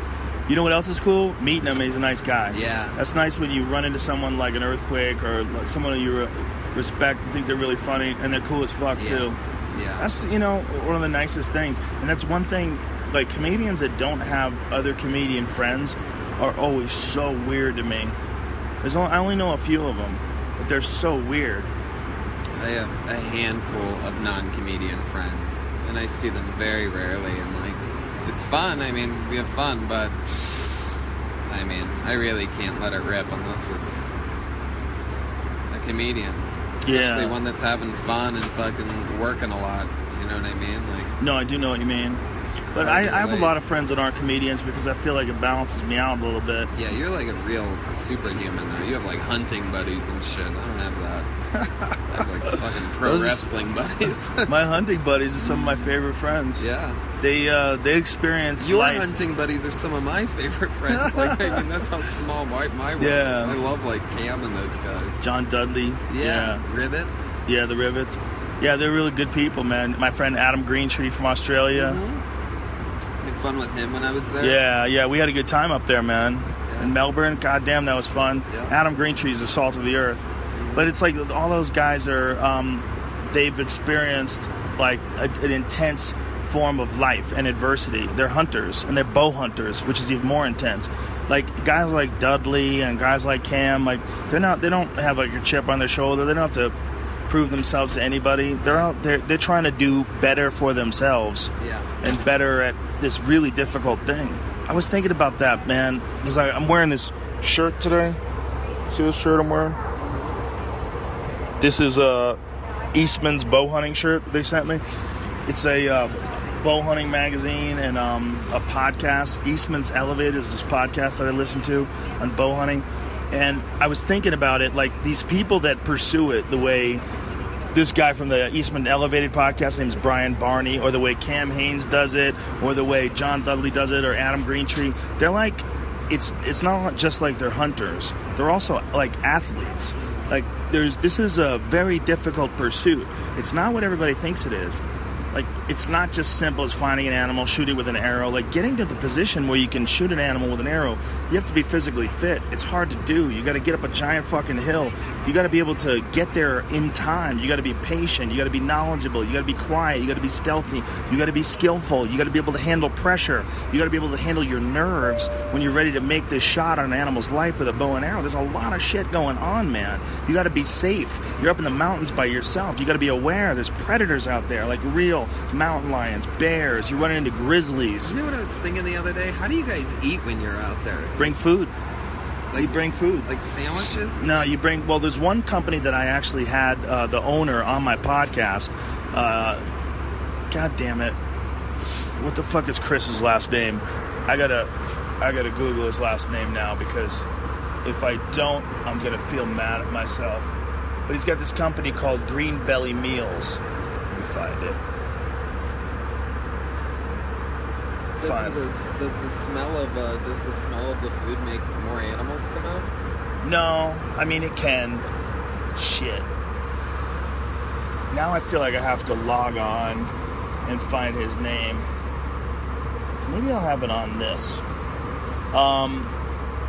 Anyway, I forget his last name. I apologize, dude. You're a good guy. I don't mean to diss you by forgetting your name.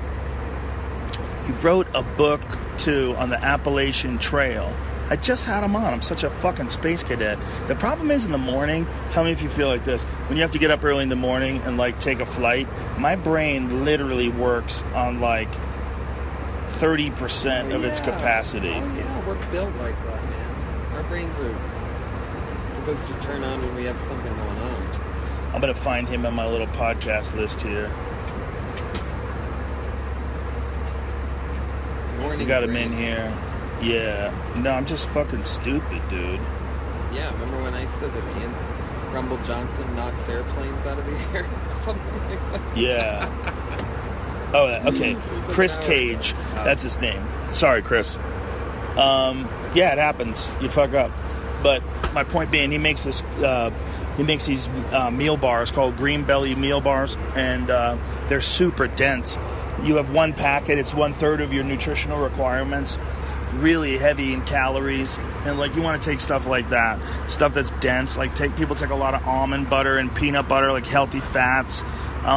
There's a company that I really like called Fat Fudge, and they make. There's this woman, she makes Mary. She makes these little packets, and they're like paleo fudge. It's got MCT oil in it and raw cocoa, and it's really good for you. It's, again, like real healthy fats. You want to take things that are like real calorie dense. Cheese is good, like salami's good.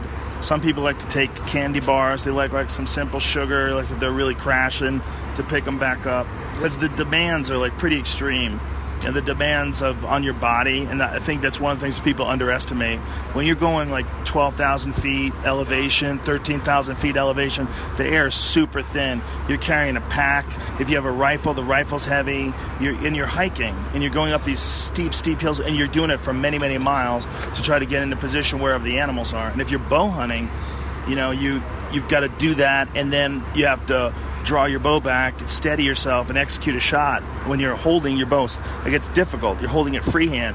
With a rifle, at least you could rest on something. You could rest it on a log, and all you have to do is just squeeze slowly and evenly and pull the trigger. You're so much more of a man than I am. I use all the cheat codes on Grand Theft Auto when I play. I don't even work my way through the missions on that. Well, dude, you do stand up, and stand up is one of the hardest things for your brain that you could do as far as like dealing with pressure. And this is coming from someone who's, I know you wrestled in high school, so you've had some one-on-one competition that was nerve-wracking when you were young, and and I did a little bit of wrestling in high school, and then I fought in martial arts tournaments for a long time, and all those things are scary and nerve-wracking, but comedy is almost as scary, at least was, like doing it the first time. I was so scared the first time I did it, and you do that. Oh, and it never ends. I mean, when you push yourself, you know what I mean, like we do, it never ends. I mean, there's nights, probably tonight, when the lineup ends up falling how it falls, I'm going to be You're on at 115. Right. Yeah. Whatever ends up happening, I'm going to be... It is a fight. Last week, I remember I had my best Tuesday spot in my life. And it was 11 p.m. or something like that. Kevin Hart pops in, does an hour. I end up judging roast battles. He popped in and did an hour? An hour on a pop-in, which is just a devastating blow. That means that everybody, including myself, is going on an hour later, plus the audience is extra drained from watching one person do an hour when the rest of the show was fundamentally cut up for 15 minutes. That alone makes it a drag. That's interesting. I didn't know guys were doing that now. I didn't know they're allowing guys to do a whole hour when they pop in. Kevin Hart's on that weird... You really shouldn't do that, though. Oh, I agree. That fucks with a lot. If it's a regular night, it was Tuesday, is that what you said? Yeah. Yeah, that's not really that cool, because, it's cool that he comes in. That's for sure cool. But a whole hour. Well, that's the part of where people thought Tommy was insane back in the day, because he would literally go off on stuff like that. What are you, crazy? You think you can do an hour here? This is Mitzi's club. He was nuts with that shit. I think he was probably the only one that would talk to people like that. Dude, I'm gonna pee, so we're gonna pause this. I know, folks, I never pee during podcasts, but I've been drinking a lot of water. I'm trying to hydrate myself more, and right now it's a problem. So we'll be right back.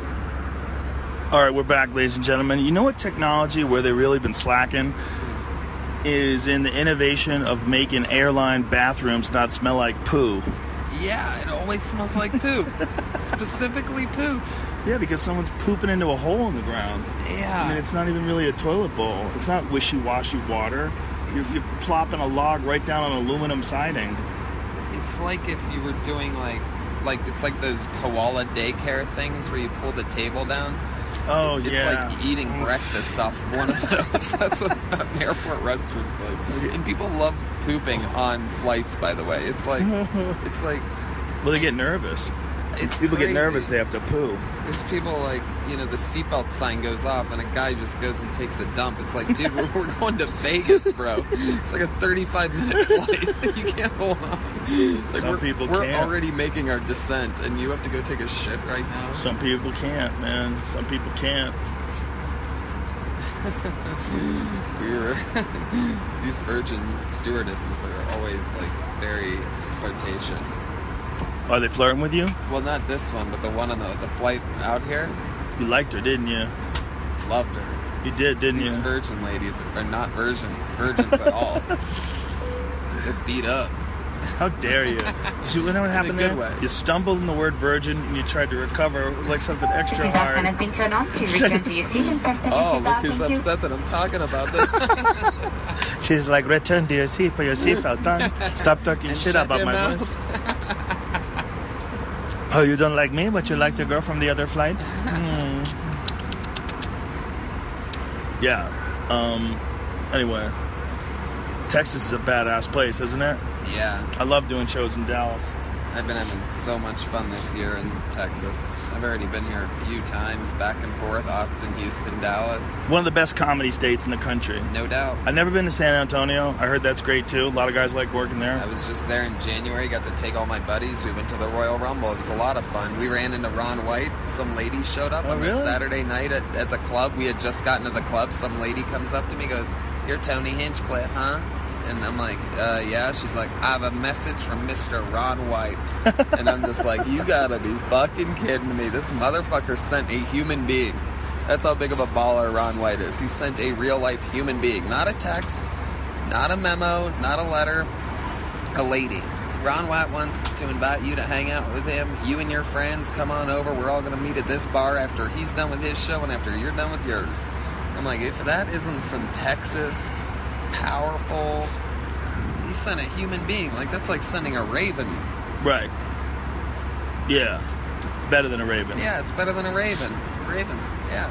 Ron White's a bad motherfucker. He's got his own tour bus. Yeah. He's got his own tequila. Yeah, Ron White's the man. He's got his own tequila, son. It's crazy. It's my mom's favorite comedian. It's Mother's Day. That's awesome. It is Mother's Day, right? Shout out to the moms. Holla at all the ladies out there getting knocked up. Hell yeah. Holla. making babies. Strong thank you to all the chicks out there who love dick. Mm-hmm. That's how you make people. And even if you're a woman that loves vagina, shout out to you too. Shout out. Happy Mother's Day. Shout out to all our lesbians. It's amazing that people are so jealous that we don't like a girl who likes dick. Like, you should like a girl who likes dick, because isn't that like you want? But no, really, what you want is her to like your dick. Right. No other dicks. Right. You don't want her to just like dick in general. Right. Those girls are problematic. Yeah.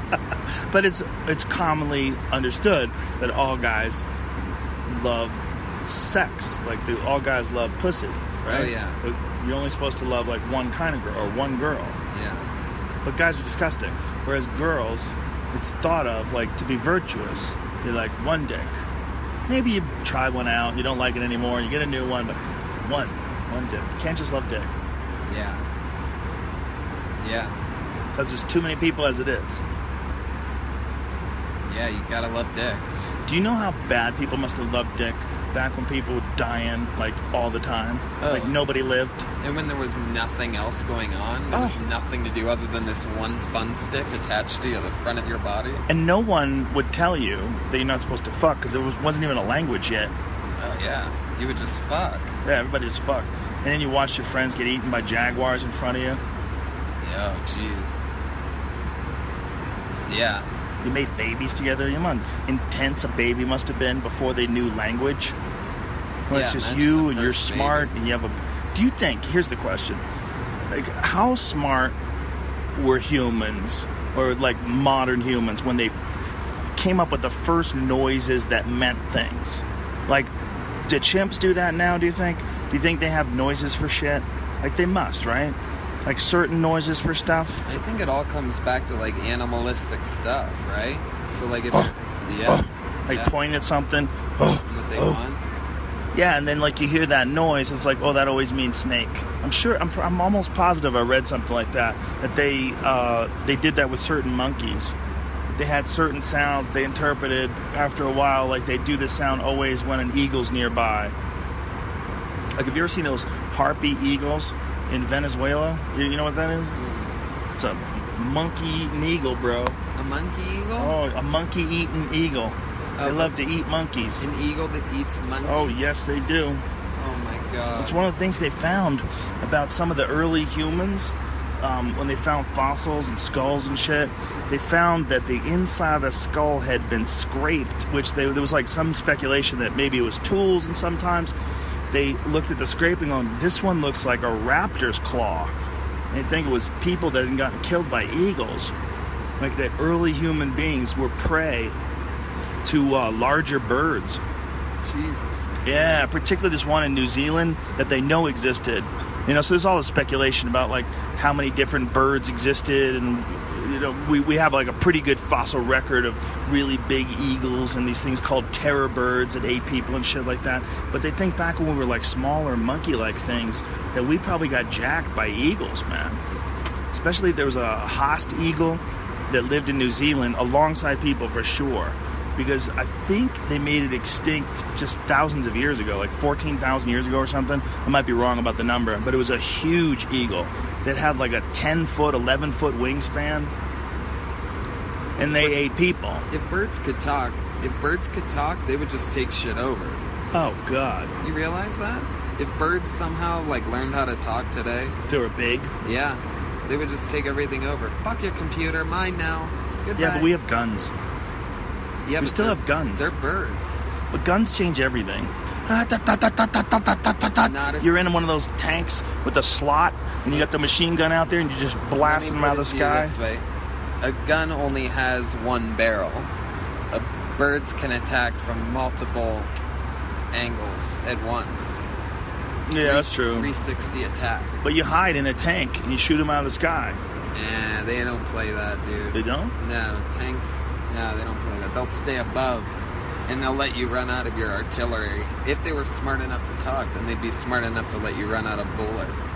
Right. Like, what if they had hands Yeah. along with the wings? Then They they could open grab up the you. tank. Get the fuck out of the tank! It's me, talking bird. They would do what they do with like goats. How eagles grab goats and they throw them off cliffs. Yeah. That's cold-blooded shit, man. It really is. They drag them off cliffs, throw them to their death. Like, they know what they're doing. Yeah. That's mean. It's a ruthless animal, man. It's a fascinating animal. But so they think that those things preyed on people, like early humans. They found these skulls. The inside of them are all scraped out. Scary. Ooh, dog. There's something about birds, man. They're just so... They don't give a fuck about you. Yeah. Like, if you look at a dog or even a cat at least purrs and looks at you and, like, likes that you're petting it. And there's, like, an interaction between you and the cat. Right. Hey, gravity affects us. We're on the same level. Yeah, man. You look in the eagle's eye. You're like, why am I keeping you alive, you crazy cunt? And they're looking at us also. Yeah, exactly. And they're looking at us like, why do you guys just stay on this floor? Why don't you guys flap your arms, you fucking idiots? Yeah, you guys can't move around. You're just down here like prey. Right. You just sit here on this level? Think about what an eagle can do.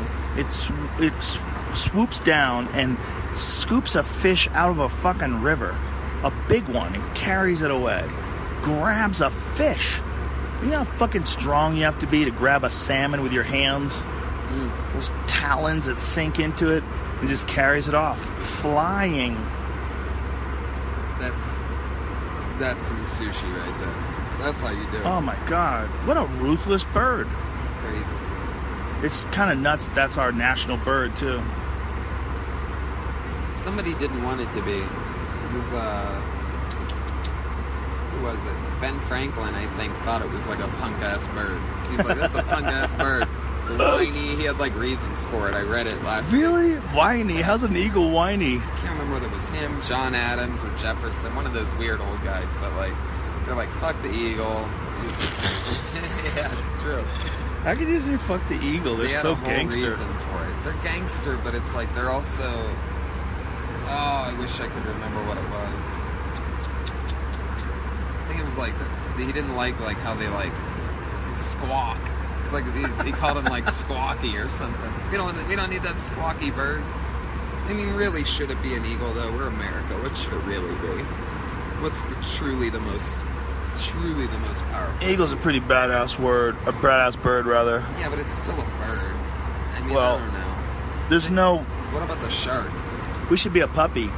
Yeah! So we're sneaky. We don't have to be some killer, murderous thing. I love that. I can't be something cute. Exactly. Something cute that fucks you up. Yeah, something with a YouTube following. Like a Snapchat filter. That's what we are. One of those puppies, those cartoon ones. Little dog ears on his nose. We'll have, instead of having like a mascot that's an actual animal, we'll have a fake one. Like a team. Like teams have a gopher that wears a tie. That would be us. Like a college football team. Yeah, exactly. We'd be a mascot. Yeah. You know, I mean, the whole idea of having a mascot is kind of crazy, isn't it? Yeah. A national animal. We're eagles. American eagle. These colors don't run, bro. Yeah. The whole thing is weird. It's like we have a bird. Wait, what? We're a bird? We're a bird. Okay, and Russia's a bear? Okay, we're fucked. I have news for you. Bears and eagles. I'll fucking put my money on the bear all day long. Yeah, for sure. That's not a good deal. For sure. I wonder if the other countries look at us like we're morons for that. Like, is Afghanistan here that we have like represent this eagle, and they're just like, what are they doing? Don't you think that other countries have an animal too? No. I think other countries, some people just like I don't think there's comprehending of our silly shit that we do. America. Yeah, exactly. America. Do you know that the Mississippi state flag still has a Confederate flag on it? Yes, I learned this last night when the guy from Jackson, Mississippi, when the two white trash guys fought. White trash guys. You know who I'm talking about. They literally listen, own it. First of all, how dare you? Second and of all, it's Jason Knight and Chaz Kelly. I knew you knew who I was talking about. But the guy from Jackson, Mississippi, his whole family was in the audience, or family and friends, and they were all wearing the same shirt. Yeah. And I just thought it was the Confederate flag. I didn't realize that it was the Mississippi state flag. And they were going fucking crazy. Like, they were the craziest patch of people in the whole arena last night. Literally. They had a whole section that was insane. And I ended up saying to the sound guy who I was sitting next to, I'm like, look at these crazy people. They have the Confederate flag on their shirt. And he's like, oh, no, that's just the Mississippi state flag. And I'm like, oh, wow, I didn't know that. I'm a complete idiot. I thought they were just going to fucking burn a cross in victory up there. Like, they seemed like they were the party. Do you think that people know that Mississippi has a Confederate flag in its state flag? I didn't know. No. How many people do you think, like, outside of Mississippi are even aware of that? I would probably guess, if you and I don't know, then I would guess somewhere in, like, the 10%. I would say 3 to 5%. I think 10% is very giving. Wow. How do they not know that? People right now are screaming, "You're idiots! Everybody knows." If you know that, then I'm guessing you live in one of the two. You live one interlocking state away from Mississippi. If you know that, or you're one of those people that really got into the Confederate flag's origins when they pulled it off the General Lee, or you memorized overall just state flags. In which case, whoa, wow, your hobbies are out of control. But when they pulled that state flag, or they pulled the Confederate flag rather, off the General Lee, they pulled General Lee off. They don't have the Dukes of Hazzard on TV land anymore because of that flag. Yeah. Which I found fascinating, man. Like, for years and years and years, and I'm not against the idea of pulling the show. I understand the sentiment behind it, that in their eyes, that's a racist symbol. But it's just fascinating to me, just purely from, like, just an observer's point of view. Like, oh, look at how the culture is shifting. Like, we used to be able to have this on TV and no one said a word about it. It was on the roof of a car that was on television, and the car was arguably one of the big stars of the show. Because, like, you got Catherine Bach, it's hot as fuck. You got the Daisy Dukes. Yeah. You got the Shorts. Yeah. And then you got Bo and Luke Duke, right? They're the stars. And then you got the fucking car, man. Wait, what was the cop's name? Well, there was Roscoe P. Coltrane. Boss Hogg, right? Boss Hogg and Okay. Roscoe P. Coltrane, right? Yeah, that's all I remember. Yeah. Is Boss Hogg. Boss Hogg and Roscoe was the sheriff, right? I guess. I Yeah. sort of don't No. believe it. Who was the sheriff? He was the mayor. Mayor Boss Hogg, right? Wasn't he? And then there was the sheriff, Roscoe P. Coltrane. I sort of don't remember. And then there was Cletus, who was in love with Daisy Duke. Remember when they made the movie with Johnny Knoxville and Jessica Simpson? Of course I don't remember that. Nobody saw it. I don't remember that. I literally don't remember that. That movie was so bad it got the TV show canceled. Ah! Dude, Jessica Simpson was hot as the sun That's true. at one point in time. At one point. Now Lisa Simpson looks better than she does. Wah, wah. I'm on it. Don't.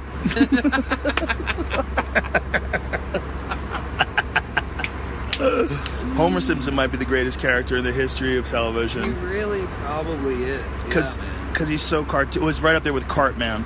Like Yeah. Cartman might be as well. Yeah. That's Like tough. they're almost like, but Homer, he's like the ultimate buffoon, Oh my God. and he's immortal. Like Yeah. you can do anything to him. You know. Well, they both are. It's interesting. Him and Cartman both don't age, and they're both sort of troublemakers, very stubborn. It's very much the American way. I mean, it's just like, imagine that. Imagine if Homer Simpson adopted Cartman. Like, that's a movie. Yeah. Yeah. Wow. That's another great idea. Here we Yeah. go. Another one. Homer Simpson adopts Cartman. Fuck you, Dad. Well, it's two totally different styles, Yeah. but it's like you got your King of the Hill style of animated comedy. You got F is for Families coming out soon, season 2. I bet that's gonna be killer. That was a funny show, man. That's a really funny show. I don't really watch comedy shows. I'm looking forward to the return of House of Cards and the return of Game of Thrones. That Cersei is so hot. I watched F is for Family. It's legitimately funny, dude. It's a legitimately funny show. But yeah, I'm looking forward to that. I gave up on Game of Thrones. I mean, not Game of Thrones, Walking Dead. So when I gave up on Walking Dead, I created some space that House of Cards filled. Good. I feel much better about myself. I I'm can't not- deal with zombies anymore. I'm Me tired of neither. zombies. I'm with you, buddy. I'm with you. Zombies are dead to me. Literally. It just after a while, it's like, okay, this can't go anywhere. Yeah. Like, when does civilization rebuild? When do you dummies kill all these zombies? What are these zombies eating? How are they staying alive? Right. How are they here for so long? Are you just? How come they're not just skeletons now? Yeah. Did they stop rotting? They rot for years. Oh, they just rot for years. How about fuck you? Yeah. Maybe you're not making any sense anymore. Yeah. They should all be dead. They should be gone. I never got into The Walking Dead. I'm not into any of that zombie stuff. I can't be. They violate physics. Yeah. They violate nature. It's not just that it's a zombie. It's just that it doesn't rot away. Like, how come it doesn't rot away? It's dead. Like, come on. You told me that it's dead, right? So how come it doesn't...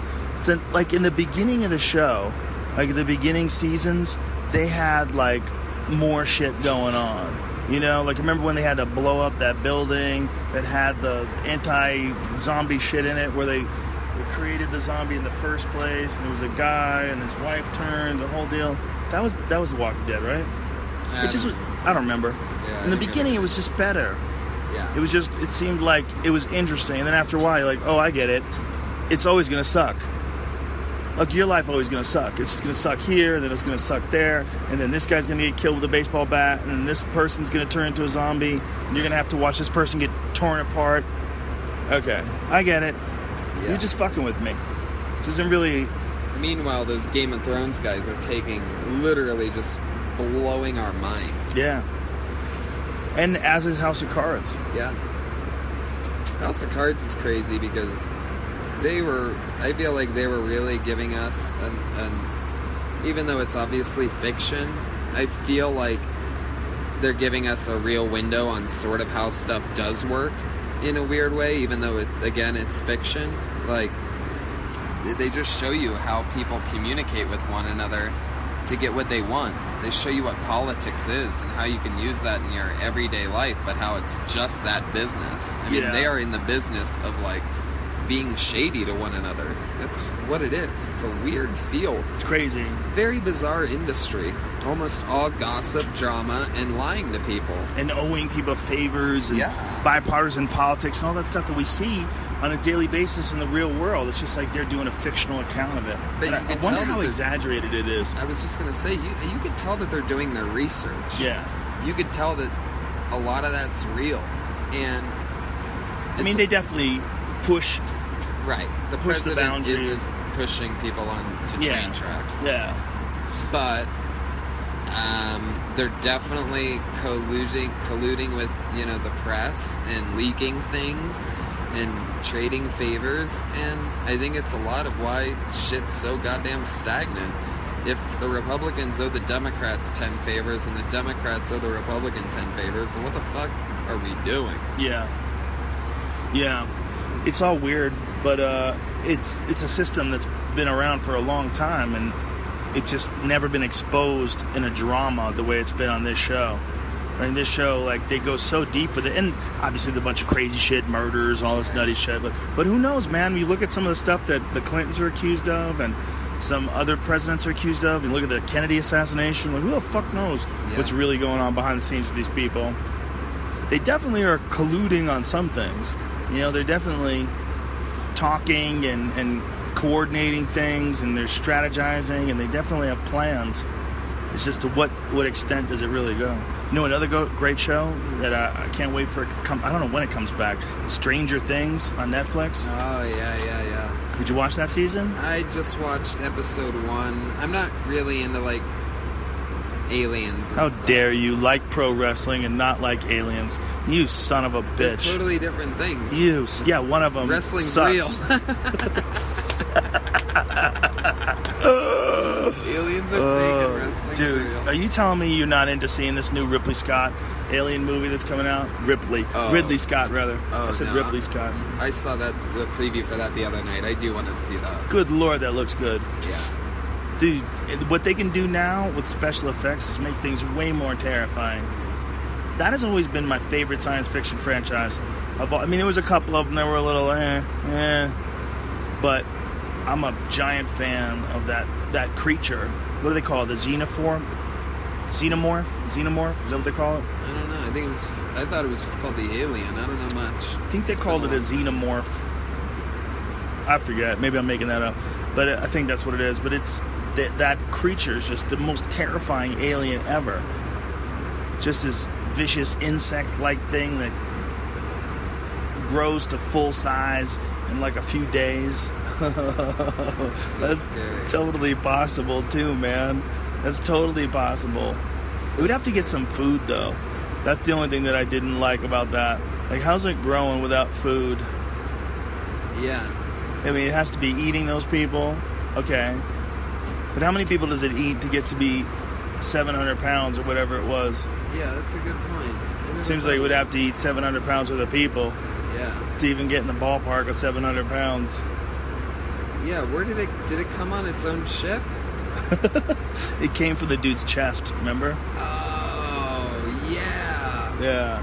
It grabbed a hold of his face, and it makes it suck its little alien dick, and it comes in its stomach, and it makes a person inside your body, and it blows out your chest. Oh, fuck. Remember that?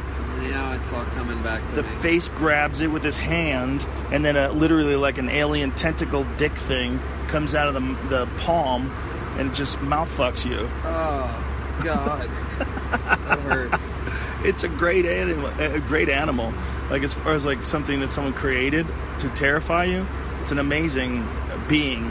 You know, I mean, I think it's the best alien science fiction creation, and also it's H.R. Geiger's like design. So his design was so freaky and dark and twisted. Like, it was like the Creature of the Black Lagoon meets like the wiring of the Millennium Falcon. I mean, it's almost like it's like semi-mechanical looking and insect-like, but also like kinetic. It looks like it has muscles, and Yeah. it looks just like it would just rip you apart, man. It looks terrifying. There's That giant head of it. Yeah. There's some scary shit out there, man. The fact that its blood is made out of acid. I mean, come on, son. That animal, that thing, that alien being is the coolest creation, I think, in all of science fiction. This is this week, man. This Friday. My dork is on full point right now. I'm full sci-fi dork. When you see movies, do you actually go to a movie theater like a normal human being ever? What the fuck are you talking about? Do you go to well, I mean, you're Joe Rogan. Like, I mean, I don't know how that works. And Dude, you live up I'm where, right like, next to you on a normal plane. I go to normal restaurants with you. I do shit with you all the This time. isn't a normal plane, Joe. When I'm by myself, I'm not flying like this. It's still a plane. It's still a plane. I But know. yeah, no, I go yeah. to the movie theater like everybody else, man. So, like, you're gonna go see Alien with, like, a friend, or... Do you want to go on a date?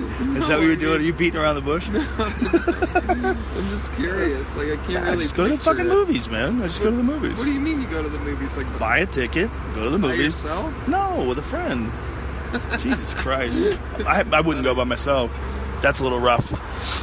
That's you like go, that's like- weird. If you went by yourself, people would like stare at you. Hey man, Joe Rogan's got no friends. Like, hey, I got friends. Just no one's available right now, okay? This time was convenient for me. I'm a big Alien fan. Yeah, it's like watching a movie at home by yourself, totally normal. Going to the movies by yourself, ooh. I've done that before on the road though. And it's awesome. Because you actually get to enjoy the movie. Yeah. Going to a movie with people can only be a distraction. I You know, think I've people- only gone to the movies by myself, man, less than maybe 6 times ever in my whole life. But they're good trips. I live right next to Tarantino's movie theater. Oh, And they yeah. play, like, really cool movies there. Like, they just had the 25th anniversary of Reservoir Dogs this past month, and they played it every night at midnight for, like, 2 weeks, and, what the hell's my point? Oh, yeah, I don't mind going and checking out a movie by myself at all. What I hate is going with someone that, like, has a fucking bag of candy that they keep digging into and shit, or Crunch, crunch, popcorn. crunch. Like, how did fuck? I know it's like a cheesy subject, but how popcorn became the movie theater food makes 0 sense to me. It's one of the smelliest foods. It's one of the weirdest sounding foods. It makes people dig in. It's too much. It makes a mess. There's like, I have a laundry list of complaints about popcorn. Yeah, it's definitely not a quiet food. It's And if buttery, someone's, yeah, slips. And when you get it in a bag, that's the worst. Yeah. Someone's ruffling their bag around. Or plastic, anything in plastic. Oh. We got to dig into the plastic. Crackle, crackle, crackle. All those bags are too loud. The Reese's Pieces bag, they make it so that you break it open, trying to open it, so the Reese's Pieces fly everywhere. No, they don't. And then you have to buy a new bag of Reese's. That's the dumbest conspiracy I've ever Do heard. you call it Pieces or Pieces. you call it Reese's Pieces? Reese's Pieces. Reese's Pieces. It's not Reese's Pieces. It's Reese's. It's Reese's Pieces. See, this is one of the great conundrums of It's like the Berenstain Bears. yeah. It's like it's confusing. You think it's one thing, but it's really another thing. Okay, well, what are the peanut butter cups?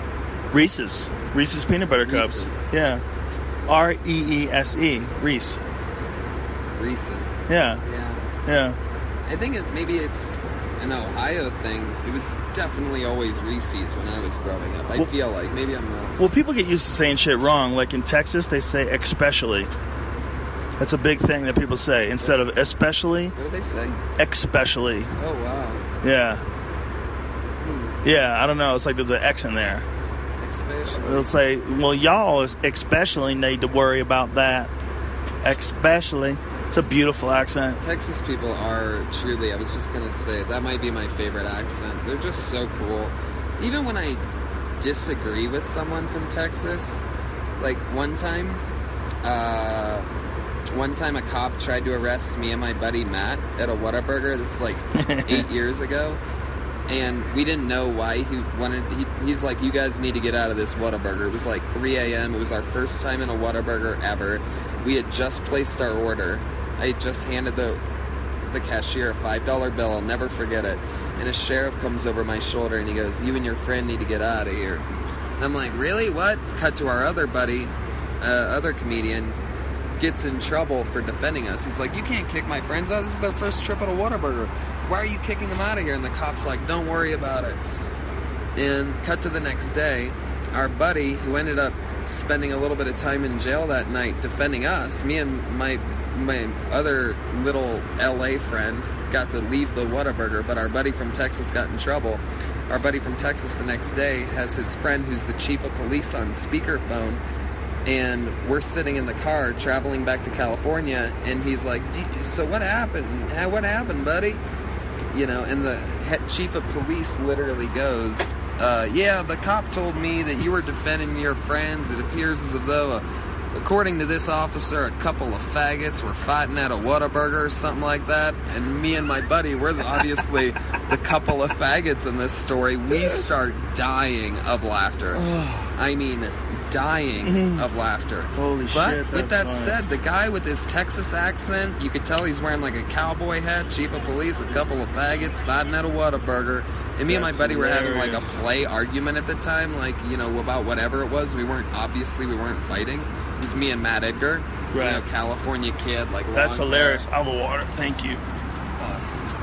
Dude, that's hilarious. Yeah. So the cop was just being homophobic. Totally. Yeah. Whoa. So were you guys joking around about stuff? Yeah. We were literally having some like play fight about like it was like a play argument about I can't remember, who knows what, you know, literally a couple of LA comedians excited to be on the road, probably opening for free for who we were working with. That is so funny. So you were just basically being comedians and being loud. Absolutely. And they decided you were two gay guys in the middle Yep. of a spat. Yep. Wow. Yep. Well, there's definitely that in Texas too. Like in the South in general. Like I had some friends that moved to Nashville from LA. Love Nashville too, yeah. I do too. But they had this idea that they were gonna, you know, they're gonna be in Nashville, and Nashville's all open-minded and artists. And she said, like, right around like the third or fourth time I heard the word nigger, I was like, oh, okay, this is like, there's some outlying areas. Like you're in a Walmart an hour away from Nashville, and you hear that kind of talk, and you're like, okay, I'm still in Tennessee. Yeah. Like this, you know, Yeah. woo. But at least they don't have a Confederate flag. Yeah, on their t-shirts. Jesus Christ. But I mean, like, the way that cop called us a couple of faggots. It's like, I believed it. Wow. He almost convinced me. I'm like, I guess I'm a faggot, man. In Texas, I'm a faggot. In California, I'm Tony. I wonder if that's like where you were. You were in Houston, right? During that thing, Yeah, what- that was like 8 or 9 years ago. That was in Corpus Christi. Okay. But I don't think that would happen in Austin. No. Yeah, no. Yeah, Austin has got it's more progressive. Yeah.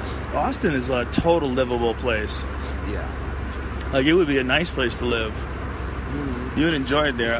When we do shows there, man, they're like particularly epic shows. Oh my God, yes.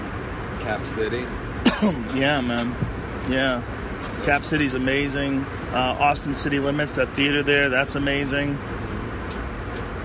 Yeah, it's a special place, man, in my eyes. Texas it's a different spot. It's like, it's more rowdy than a lot of places in the country, but it's also friendly. Yep. It's got a lot of like good qualities, like a lightness to it. Yeah. It's like they greet you at the front of the store when you walk in, but they also make sure you're not stealing anything. Yeah. You know, it's like, it's just a little more extreme on both levels. Yeah. But then there's like so much space too. Like what you're talking about is just the cities. And what's interesting is the cities are just a small percentage of this monstrous landmass that's known as Texas. And you don't realize how big it is until you have to drive through it. And you're like, oh my God. Yeah. It takes like a day. Yeah, it's crazy. It's huge. Huge. It's an enormous state. Great place, though. It's crazy how states have different feels, man. They really do. Like a show in Albany is just going to be different than a show in Dallas. It's just going to be different. Yeah. I mean, it just is. It's going to be diabolically worse. Albany, New York. Oh my God. No. Yeah, Never. you didn't enjoy it up there, huh? Never again. What do you think it is? You think it's just like a lack of opportunity up there? The weather's not so good? Yep. Keep People going. feel trapped? Yep. Keep going. You got it. You're just getting started. You're 100% right so far. You could go on and on. The why is the real question. Don't Why? you think, though, Why that stop in Albany? Well, they got stuck there. They were there from another time. You know, their parents were there, their parents' parents. But don't you think that, like... Ladies and gentlemen, we have $30 here she discount to goes. Los Angeles and have approximately 35 minutes remaining in our flight. Oh, shit. The seatbelt sign will be turned on shortly, so please take the next few minutes to return items to the bins overhead or take care of our needs. If you have any remaining service She's items, talking. please send Keeps those to looking us at for us, collection. smiling. Thank you. Does she know she's on the show? Yeah. She likes She it. doesn't even know what the show is. I think she was about to plug her own podcast for a second. I think this is going to be cool because she'll be on a podcast that she doesn't even know exists. Right. She'll never find it. You think some of her friends will tell her? Maybe. But we're bringing this podcast on a plane down for a landing, young Tony. Yeah. So in conclusion, Landing gear it was a down. crazy-ass night of awesome fights. Stipe Miocic is a bad motherfucker. Yes. Cleveland, Ohio. Powerful Ohio in I the had house. a lot of fun people to root for last night. And my people dominated all the way through. Everybody that I picked to 1-1. Joanna is my everything. I mean, we were really connected during that fight. She's your last everything? night. Like She's your my love? Everything. She's your love? Yeah. I feel like this is real. I really want it to be real. She Like, points, she stops in the middle of fights and looks over at you and points. I'm so glad that you finally started to notice this, because one of the funny things is I've been sort of telling you, like, you thought I was crazy. You It's admit definitely it. happening now. But a few fights ago, you literally thought, I could tell by the way you were looking thought at you me. were trolling me. Right, I know. I know you did. And I don't ever troll you. And my point is like, I'm so glad that you're seeing it. Because it's like, to me, it's like that part of Teen Wolf where Michael J. Fox goes to his dad and he's like, Dad, I'm a werewolf. I'm a werewolf. But the dad's like, I'm a werewolf too.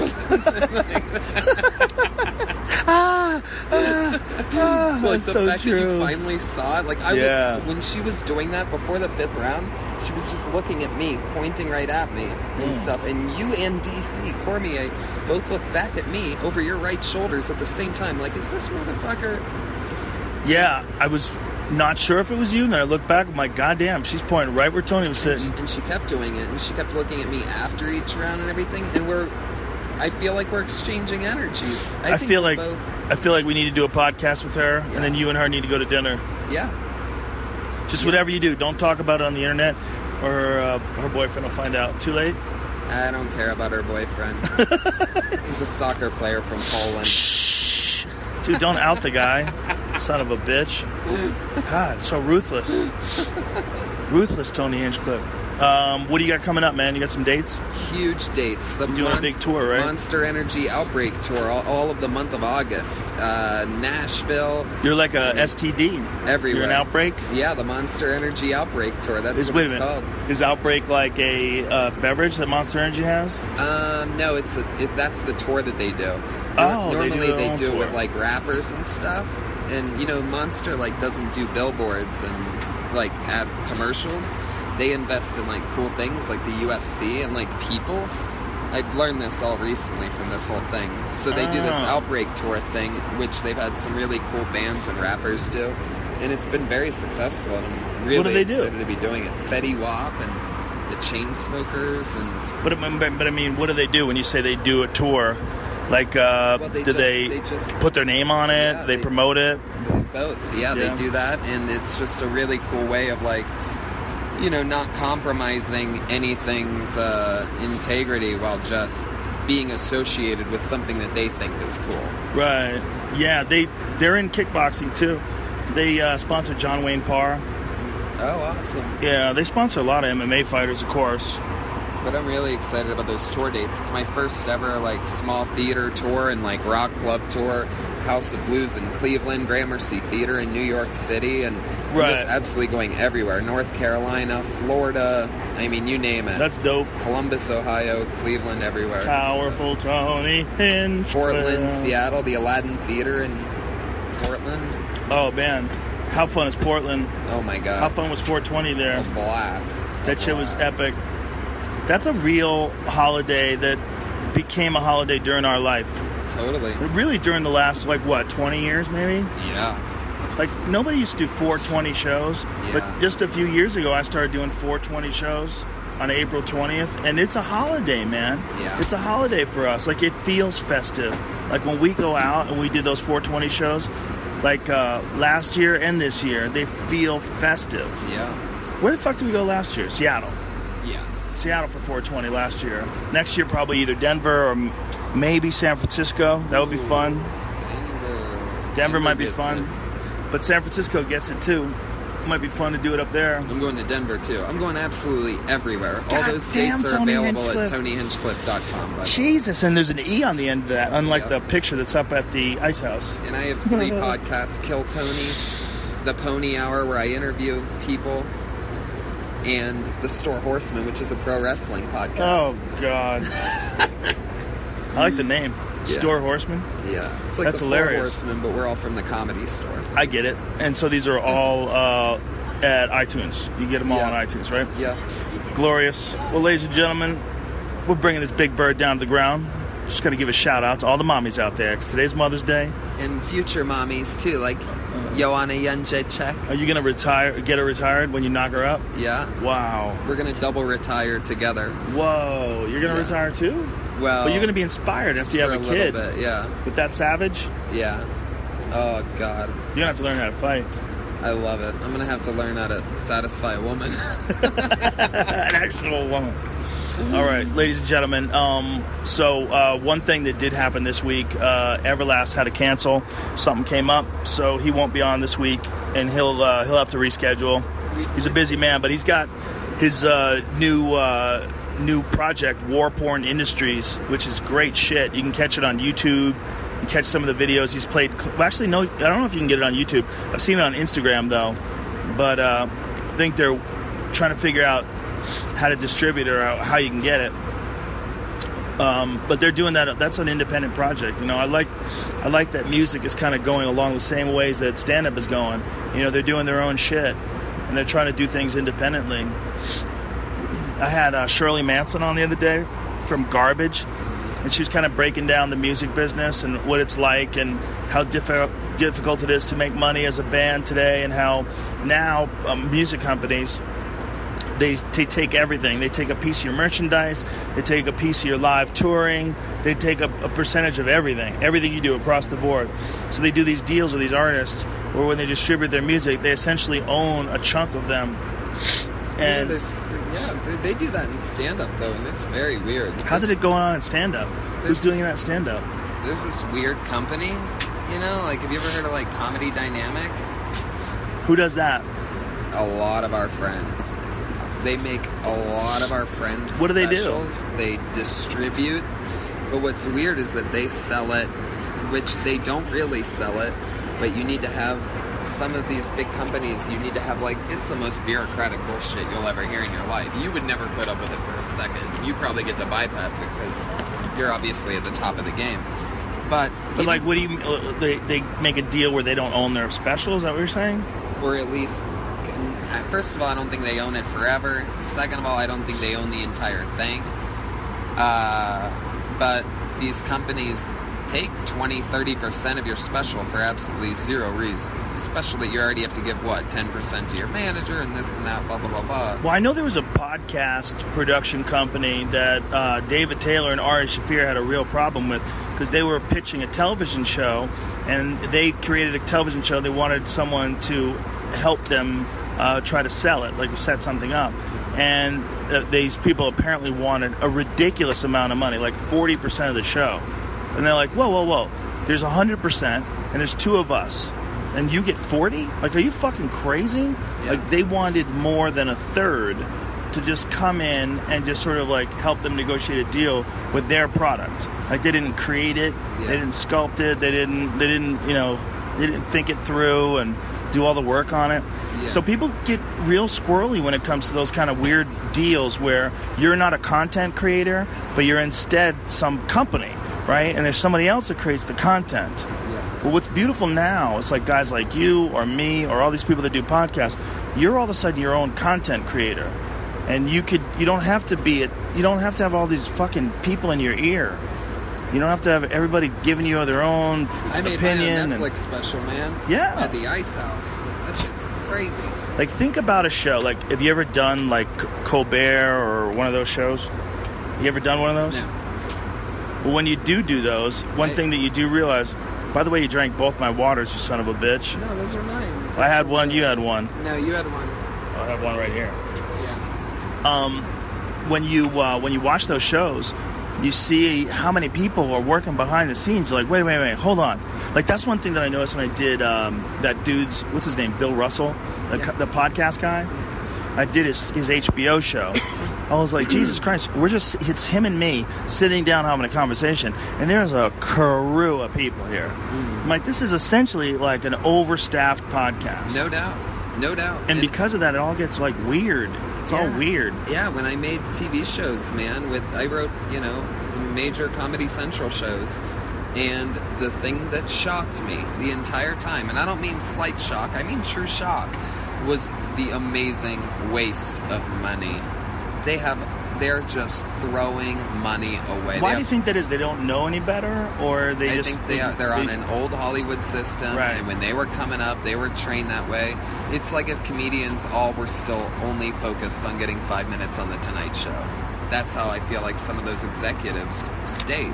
Instead of being like, what's next? Right. Oh, this Netflix thing, we'll never have to worry about that. I remember one exec literally saying, I'm not kidding you, in 2011, we don't have to worry about them.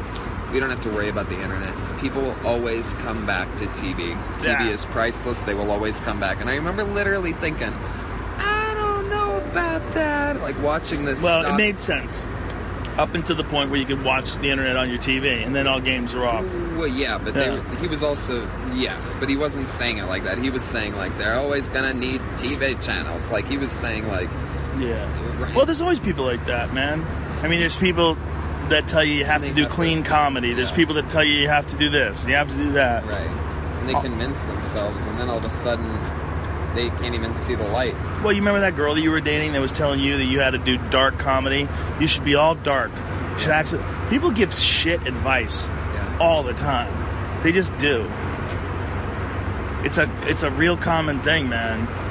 And I don't... Sometimes I wonder if they're trying to sabotage you. Like, sometimes when I hear people's really shitty advice, I'm like, do you really believe this? Or do you subconsciously want to sabotage this person? Are you, like, not making sense, but you're pushing it, pretending you're making sense? Like, what's really going on here? Is this like your own internal turmoil bubbling to the surface? Right. I think a lot of people want to be given advice from people they think are smart. So sometimes they'll give those people bad advice, not realizing that we know it's bad advice, hoping that we give them good advice. Does that make sense? Yes. Maybe. Like that you'll correct them and give them good advice. I just think that some people are also egomaniacs, and they think that they're right all the time. Yeah, that too. It's super hard to just step outside of yourself and look at your own opinions, look at someone else's opinions and go, who's right here? Because you automatically want to think that you're right. So you start out from the position that you're right. And it's because we get attached to ideas, and the ideas sort of become a part of you. They define you. They're not just an idea. It's you and your idea, all connected.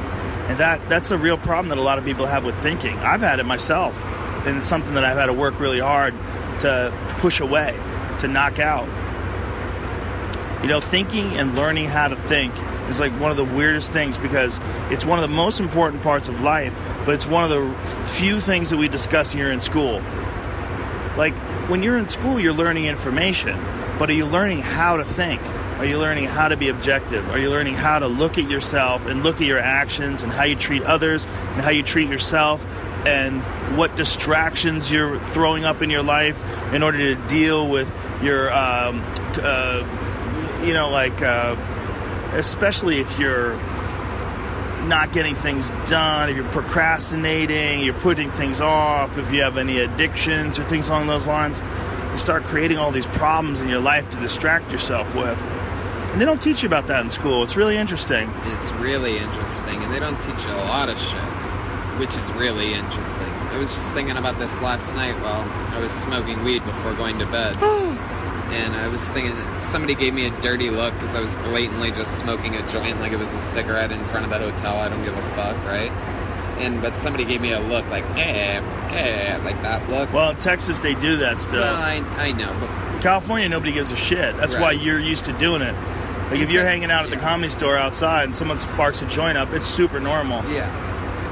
But what's crazy is that, like, if I took out a pill bottle and put a pill in my hand and popped it in my mouth, people are like, nobody even goes, what's that?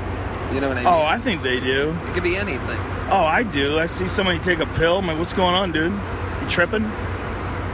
What are you up to, if it man? was a stranger?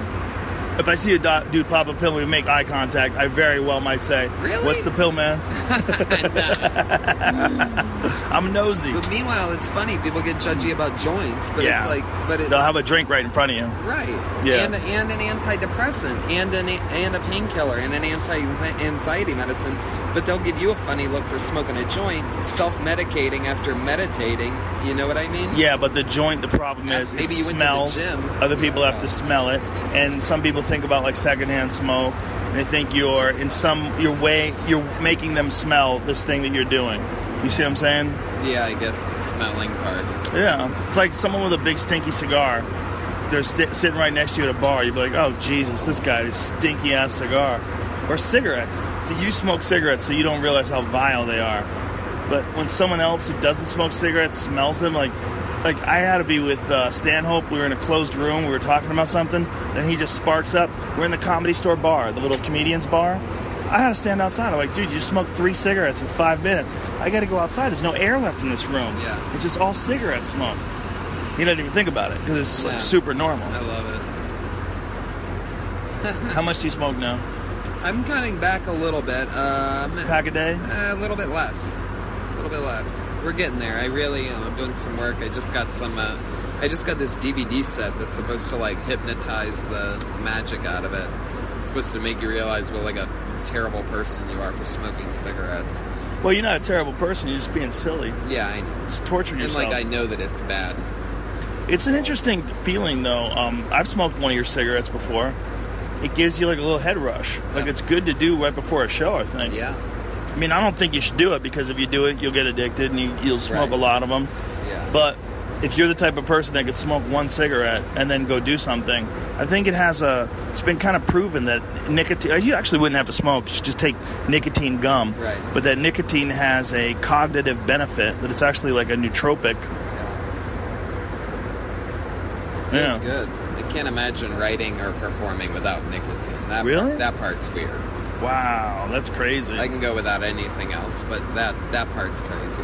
That's crazy that I you think started that. on it. You know, it sucks. Where I'm from in Youngstown, I'm not making lazy excuses, but where I'm from, tons of people smoked. Everybody smoked, and my parents smoked, and, you know, they both quit now, but when I was growing up, it was like, I thought my dad was cool as hell. This cool Italian guy. What up, Tone? And he'd light up a cigarette all cool, like a real Italian guy, with a Zippo and the pack of Marlboro Lights, and he looked cool, and my favorite movie was Goodfellas my whole life, and everybody makes smoking look cool in that. Ray Isn't that weird? Liotta, Robert De Niro, Joe Pesci, everybody's fucking smoking. They're selling cigarettes, eating pasta, taking the lobster out of the ice. Everything looks better in that movie. It is crazy that cigarettes are thought of as a cool thing. And it's also, there's a thing where you know that it's bad for you, and you're doing it anyway because you don't give a fuck. It is. It's definitely the weirdest, stupidest thing that I do. Like, I've never even tried cocaine, not once, which I think is almost like unheard of for somebody doing stand-up in LA for 10 years. I've never tried it either. Really? Nope. Yeah. But meanwhile, and the reason why I don't try it is because I don't want to know. I don't. Well, I did a tea once. It's called mate de coco. It's a tea that you make with coca leaves, and it's like a super mild tea. Like, you know, the coca leaves, they chew them and it gives them energy, almost like a coffee thing. But I didn't like the feeling. I couldn't shut the fuck up. I was talking too much. That's what it is. I was just feeling like really, and that was just from that. I was like, God, what would I be like on coke? Yeah. But anyway, so yeah, I think that has a lot to do with it, like my shitty environment coming up. Right. And now that I'm used to doing everything with that crutch, like it's sort of, I'm just trying to like slowly retrain my brain and slowly create new habits and figure it all out. But I'm definitely going to quit here soon. I'll start smoking more pot. Good move. Yeah. Yeah, I mean, it's just so bad for your health. Like, you don't want to die young, man. No, I know. And you don't want to, like, have a slow death either. Yeah, the worst thing is, that's what my doctor said. Oh, shit. That's it, ladies and gentlemen. And on that note, we're going to wrap this bitch up, bringing it on down. I see the ground outside the window. Yep. No chemtrails, again. I keep waiting. All right, folks. We'll see ya. Thanks. Bye.